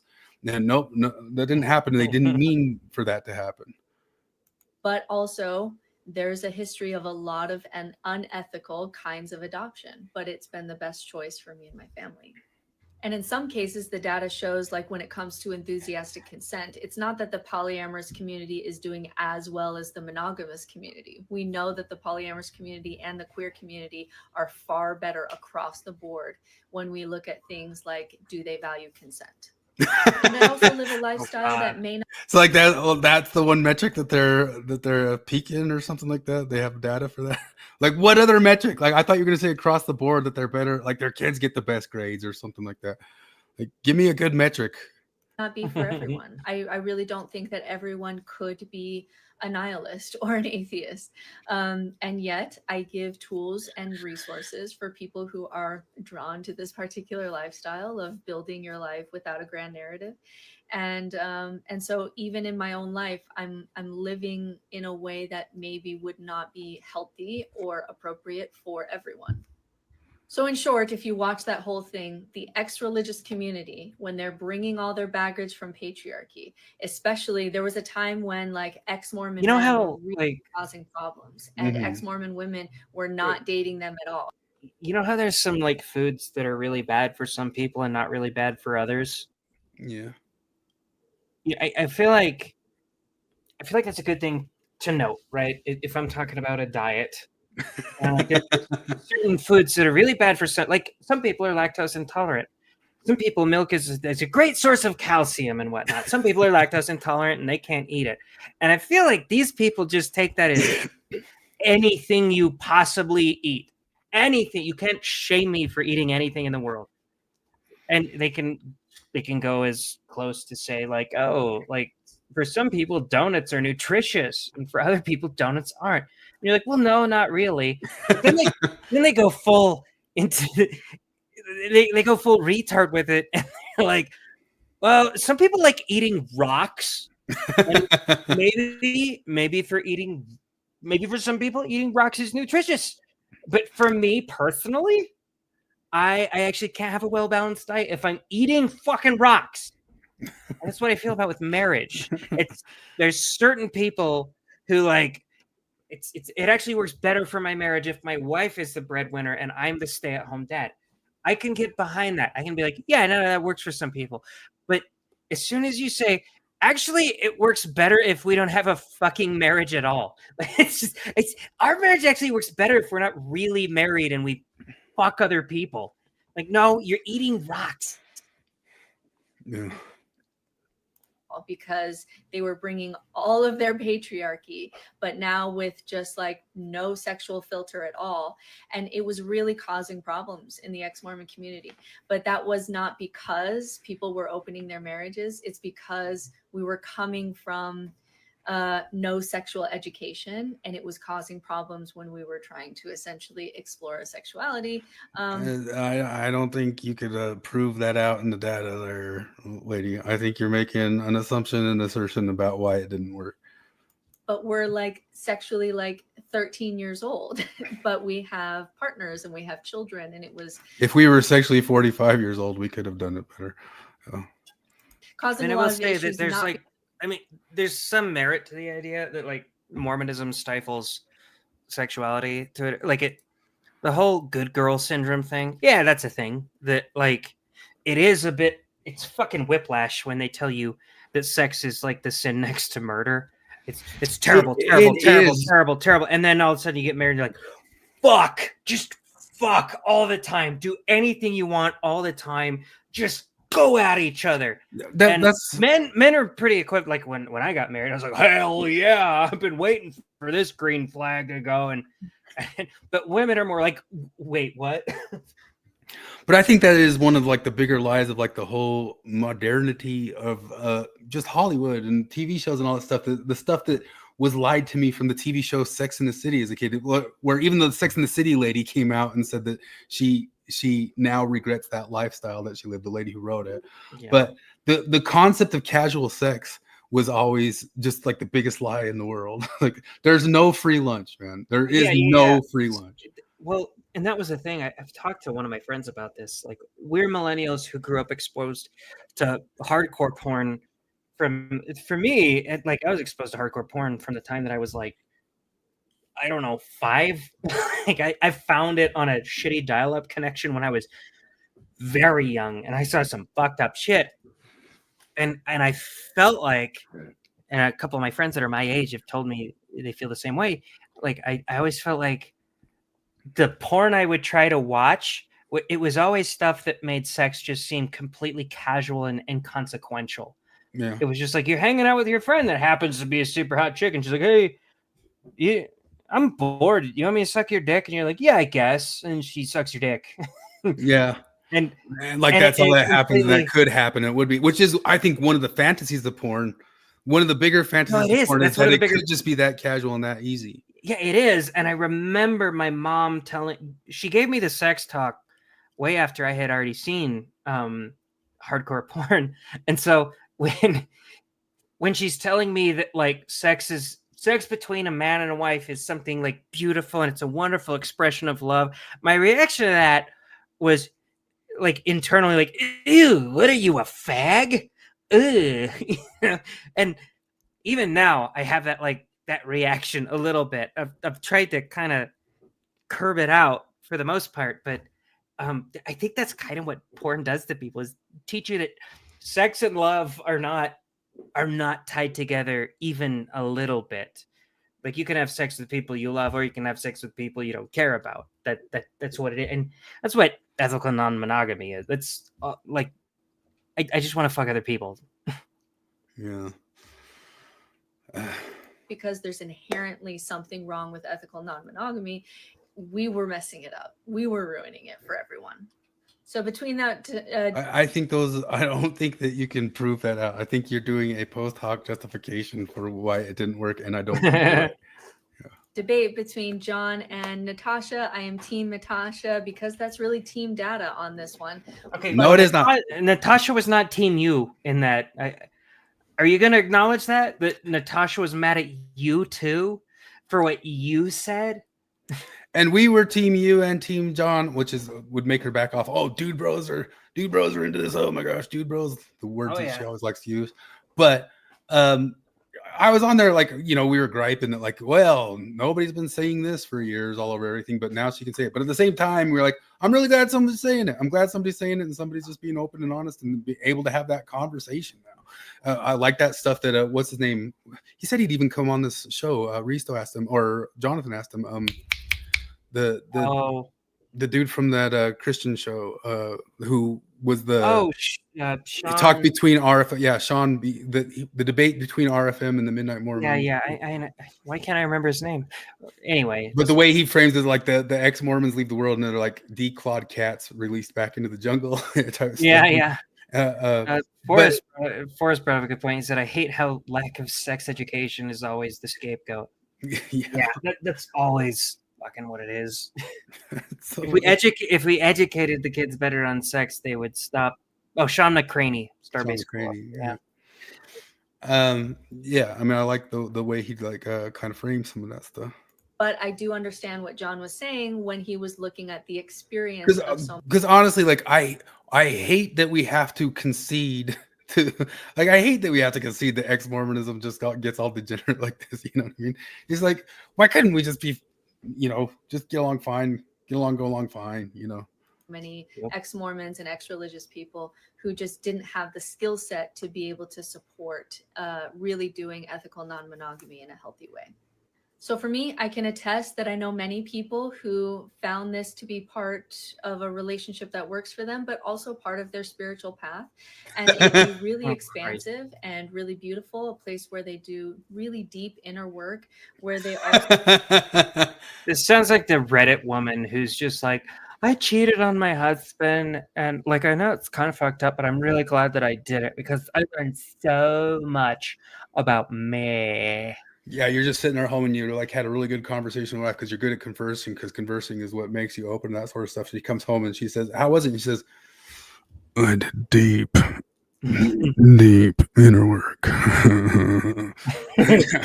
And I mean inner. There's a funny exchange. Troy says, before claiming the data is on your side, you need the data first. And then Forrest says, she told us the data. Gay and poly people are better about consent. The data is clear. Gay shit is better for your family.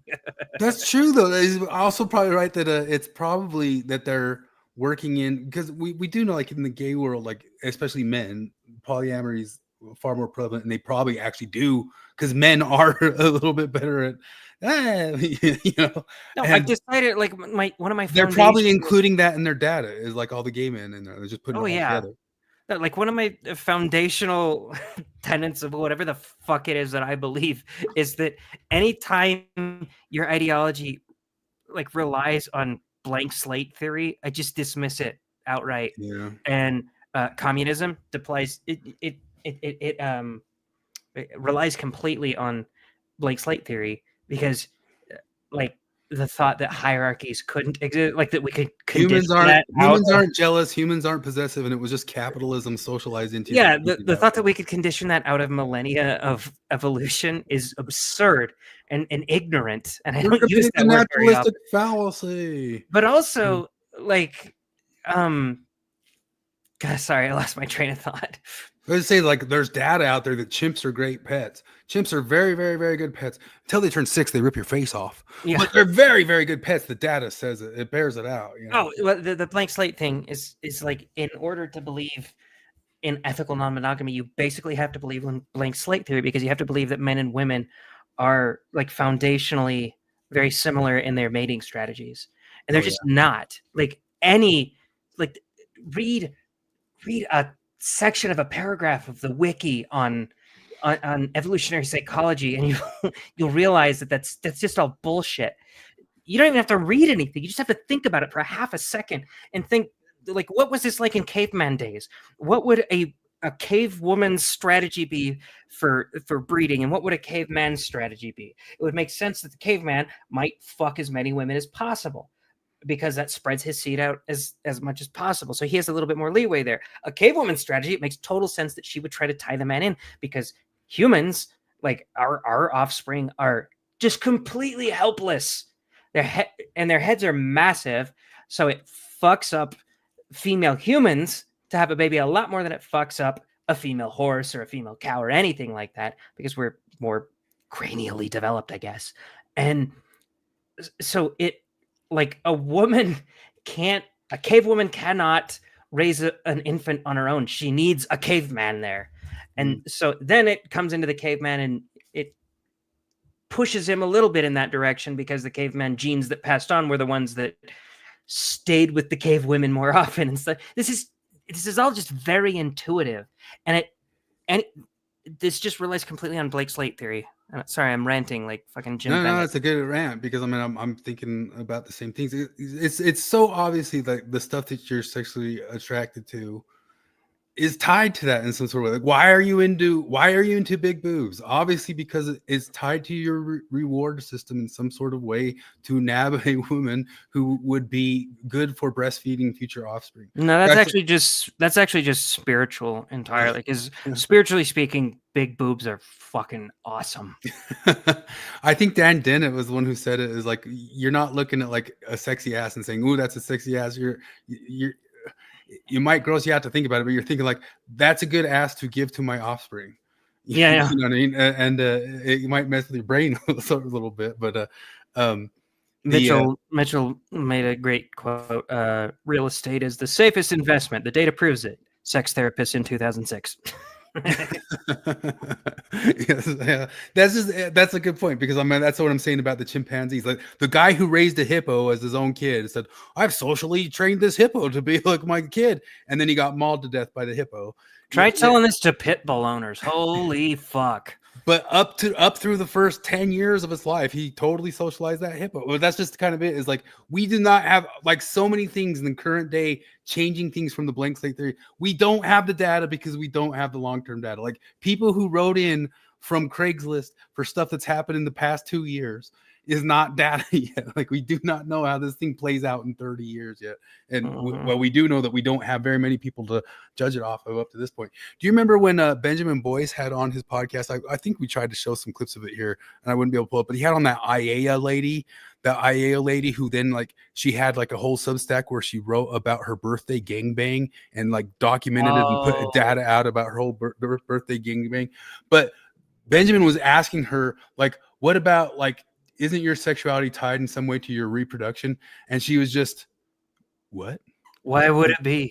What are you talking about? Like, what are you talking about? Like, well, whatever you're sexually attracted to, your sexual is somehow tied to what your reproductive, evolutionary psychology. Like, what do you mean? No, it's just sex. It's just you like sex and you like it, and that's why it feels good. Like, she was so baffled by it. Like, what are you talking about? But I mean, it's so obviously that the female of the species, the one who with the eggs, with the highly valuable eggs that they have to protect and they have to select wise, and that's why they're hypergamous and all that sorts of stuff. They're going to have some sort of sexual attraction to the mate who offers protection or offers some sort of what's been traditionally sexy or attractive or some sort of deal, and their sexual satisfaction's gonna tie to that the same way just it would be to you to I don't know, like, I remember when I was a young kid and a girl who was kind of upset that all the guys were noticing her boobs asked, "Why do guys even care about boobs?" And it broke my brain at that moment, because I was like, I don't know what to tell you. I don't know, man. I don't know. What's going on? Boobs are fucking great. Ata. But it really broke my brain before I knew, like, anything to, like, I don't know. Like, I was checking out. So feel connected outside of themselves. I've seen some really beautiful things from non-monogamy. And also, I'm still going to warn that if you come from a patriarchal religion and you lost your faith yesterday, that in order to reduce harm, not only for you, but also for It's all the Mormonism's people that fault. get involved, and possible, children being involved in the situation, to just make sure you take your time to listen to a sex therapist like Natasha, to put some guidelines in place that will just help you go through this path with the least amount of regret. This is one of those times where it's like, this is why we can't have nice things. Like ex-religious people, specifically coming from patriarchal religion, are really ruining something that can be really beautiful and I think positive. I think she's overlooking your critique, your rant that you just gave. Like it's assuming blank slateism. It's assuming blank slateism, and you've just been socialized to be that way in some sort of way. It could be beautiful if we just weren't this way. I know. That's what I got in an argument with one of the people I work with. She was explaining to me like communism could work. Like there's just something dark in human nature. I'm like, oh, you believe in God? Possessiveness? Okay? What are you talking about? Like, if your ideology doesn't account for human nature, your ideology is shit. Yeah. Like, maybe if you're describing an ideology for bonobos, sure. Human beings aren't clownfish, and they're not bonobos. Okay, you stupid shithead. And it's always Mormonism's fault. That's one of my favorite Exmo categories. This is somehow Mormonism's fault. It's because you left a high demand patriarchal religion that you are uncomfortable with your wife boinking a bunch of strangers. That's it. That's it's just the religion of stupid Joseph Smith put that in our brains. Yeah, somehow Joseph Smith taught us not to fuck other women. Like, if only you had not been raised in this patriarchal high demand religion. I remember the first time, just like when I was perplexed about why I liked boobs as a teenager. I remember the first time I felt insane jealousy. It's because all that ran through my head was Book of Mormon, Spencer Double Kibu. That's the reason I was feeling jealousy, like in that moment. It wasn't like some evolutionary action as a teenager. Very, very upset that I wasn't. I'm not even thinking of a specific incident or something. I'm sure it happened. I got jealous at some point or another, and I felt that girl should have been with me, and she's with him, and I was like, how? And I was like, because Book of Mormon. Because I read Second Nephi. I was like, and you're a possessive piece of shit. What else could it be? Yeah, I mean, it's just so funny to think about, like just completely natural, normal human reactions that I'm positive would have happened no matter what religion was floating back there. Going through the learning process of youth. It's so ridiculous. Yep. But anyway, we've done hit the 11er, and I might want to call good because my dog is going nuts and chewing on my chair. He is ready to go. He is losing it. I was stuck in the canyon for 2 hours, or I would have been able to walk him before, and it was like the first cool day out there in forever, and I could have walked him before, and I sat in that stupid Park City Canyon for 2 hours again because of another fender bender. If only he wasn't raised in a high demand religion. Yeah, he's been socialized by Joseph Smith to demand walks of me late at night. It's just so goofy. I mean, it's not zero. It's not zero. Like socialization, it's obviously not zero. You know what I mean? But it's, Yeah, but we should socialize dogs to not like walks anymore, and then make our lives a lot easier. Yeah, why didn't I do that? Like, I probably could have socialized him just to be an NFL football player too from when he was born. Like, he probably like if I treated him differently and talked to him differently, I could have. Yeah, you're right. It's not zero. I think of like specific instances when I was arguing about like the trans shit with a couple of people at work. They're explaining to me things that are socially constructed or socially informed or conditioned or whatever. And I was like, okay, let me lay it out. There's a few things that I will tell you are not a few things that you probably think are socially informed that I don't. And that's things like mothers taking care of the babies and fathers working outside of the home. Probably not socially informed. Definitely not socially informed. I mean, sure, our societies like kind of talk about that or push you in that direction, but it has an evolutionary backing. It's again, cavemen, cave women. Like the cave woman, after she gives birth, she's very vulnerable. she needs to recover for a long period of time, especially because she doesn't have medical intervention that we have now. So she's got to stay in the cave. She has to be near the baby, or the baby will die if she does not nurse the baby. So the caveman has to go out while the cave woman is in tending to the baby, and he has to get food and shit like that so that everyone survives. Cave woman has to make sure the baby survives. Caveman has to make sure everyone survives. It makes sense. There's a couple of things, like maybe I don't know, a profanity for the color pink being feminine. That's probably socially conditioned. I'm open to the fact that it might be evolutionary too, but that's probably socially conditioned, is what I would say. Skirts being feminine. They always mention, in Scotland they wear kilts, stuff like that. Those are socially informed gender stereotypes. But I'd say almost most of the gender norms that they point out are evolutionarily informed, not socially. One of the better TED Talks out there, back when TED Talks were good, was one by Dan Dennett called Cute, Sexy, Cute, Sexy, Sweet, and Funny. And he talks about, just the general concept of like something tastes sweet, not because the thing is sweet. It's because your brain is trained to sense it as sweet. Like the cow, like when a cow's eating grass, it might taste as good as cake to it. Yeah. That sort of deal. And what's cute and sexy and funny and all that sorts of deal. You can understand that that's real by how often dogs try to eat cat turds. Mm-hmm.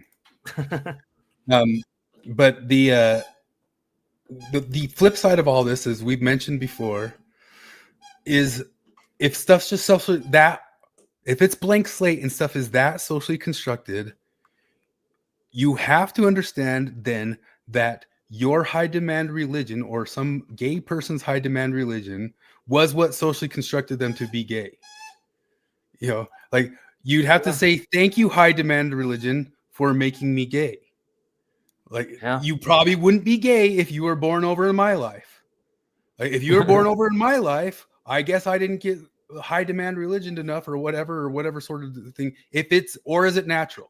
And that's where it got all to that stuff of like, well, we don't know. The Radiolab guys just came out with that thing talking about how the queer theorists are against born this way concepts, and they're arguing against it in the Supreme Court.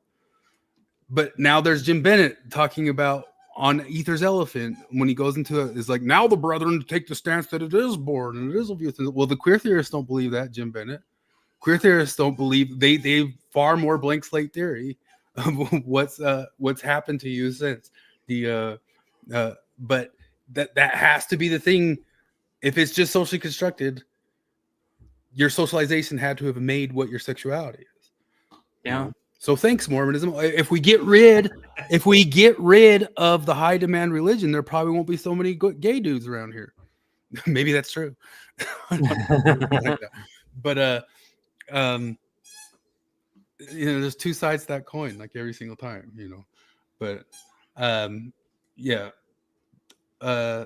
was gonna just show the Dan Dennett one. Well, just look it up. The Dan Dennett. It's only like a 7-minute thing. Cute, sexy, sweet, and funny.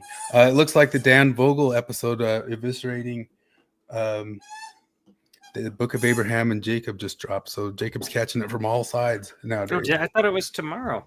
I just got linked it, or is it not? I thought he said it was going to be Friday at 7. Why is it linked? Well, I know Christopher sent it in the chat, but is that not it? No, that's it. But maybe it's just like a primer. Oh, it premieres in 19 hours. Okay, so sorry, my bad. Anyway, this guy's going nuts, so I got to run him out here. He hasn't been socially trained to knock this off. So yeah, you got to condition him. Troy says it's a little known fact that cortisol and serotonin was invented by the patriarchy to make women feel bad. Yeah. All right. Sweet, man. All right. Everybody have a good one. Catch y'all later. We'll see ya. Bye.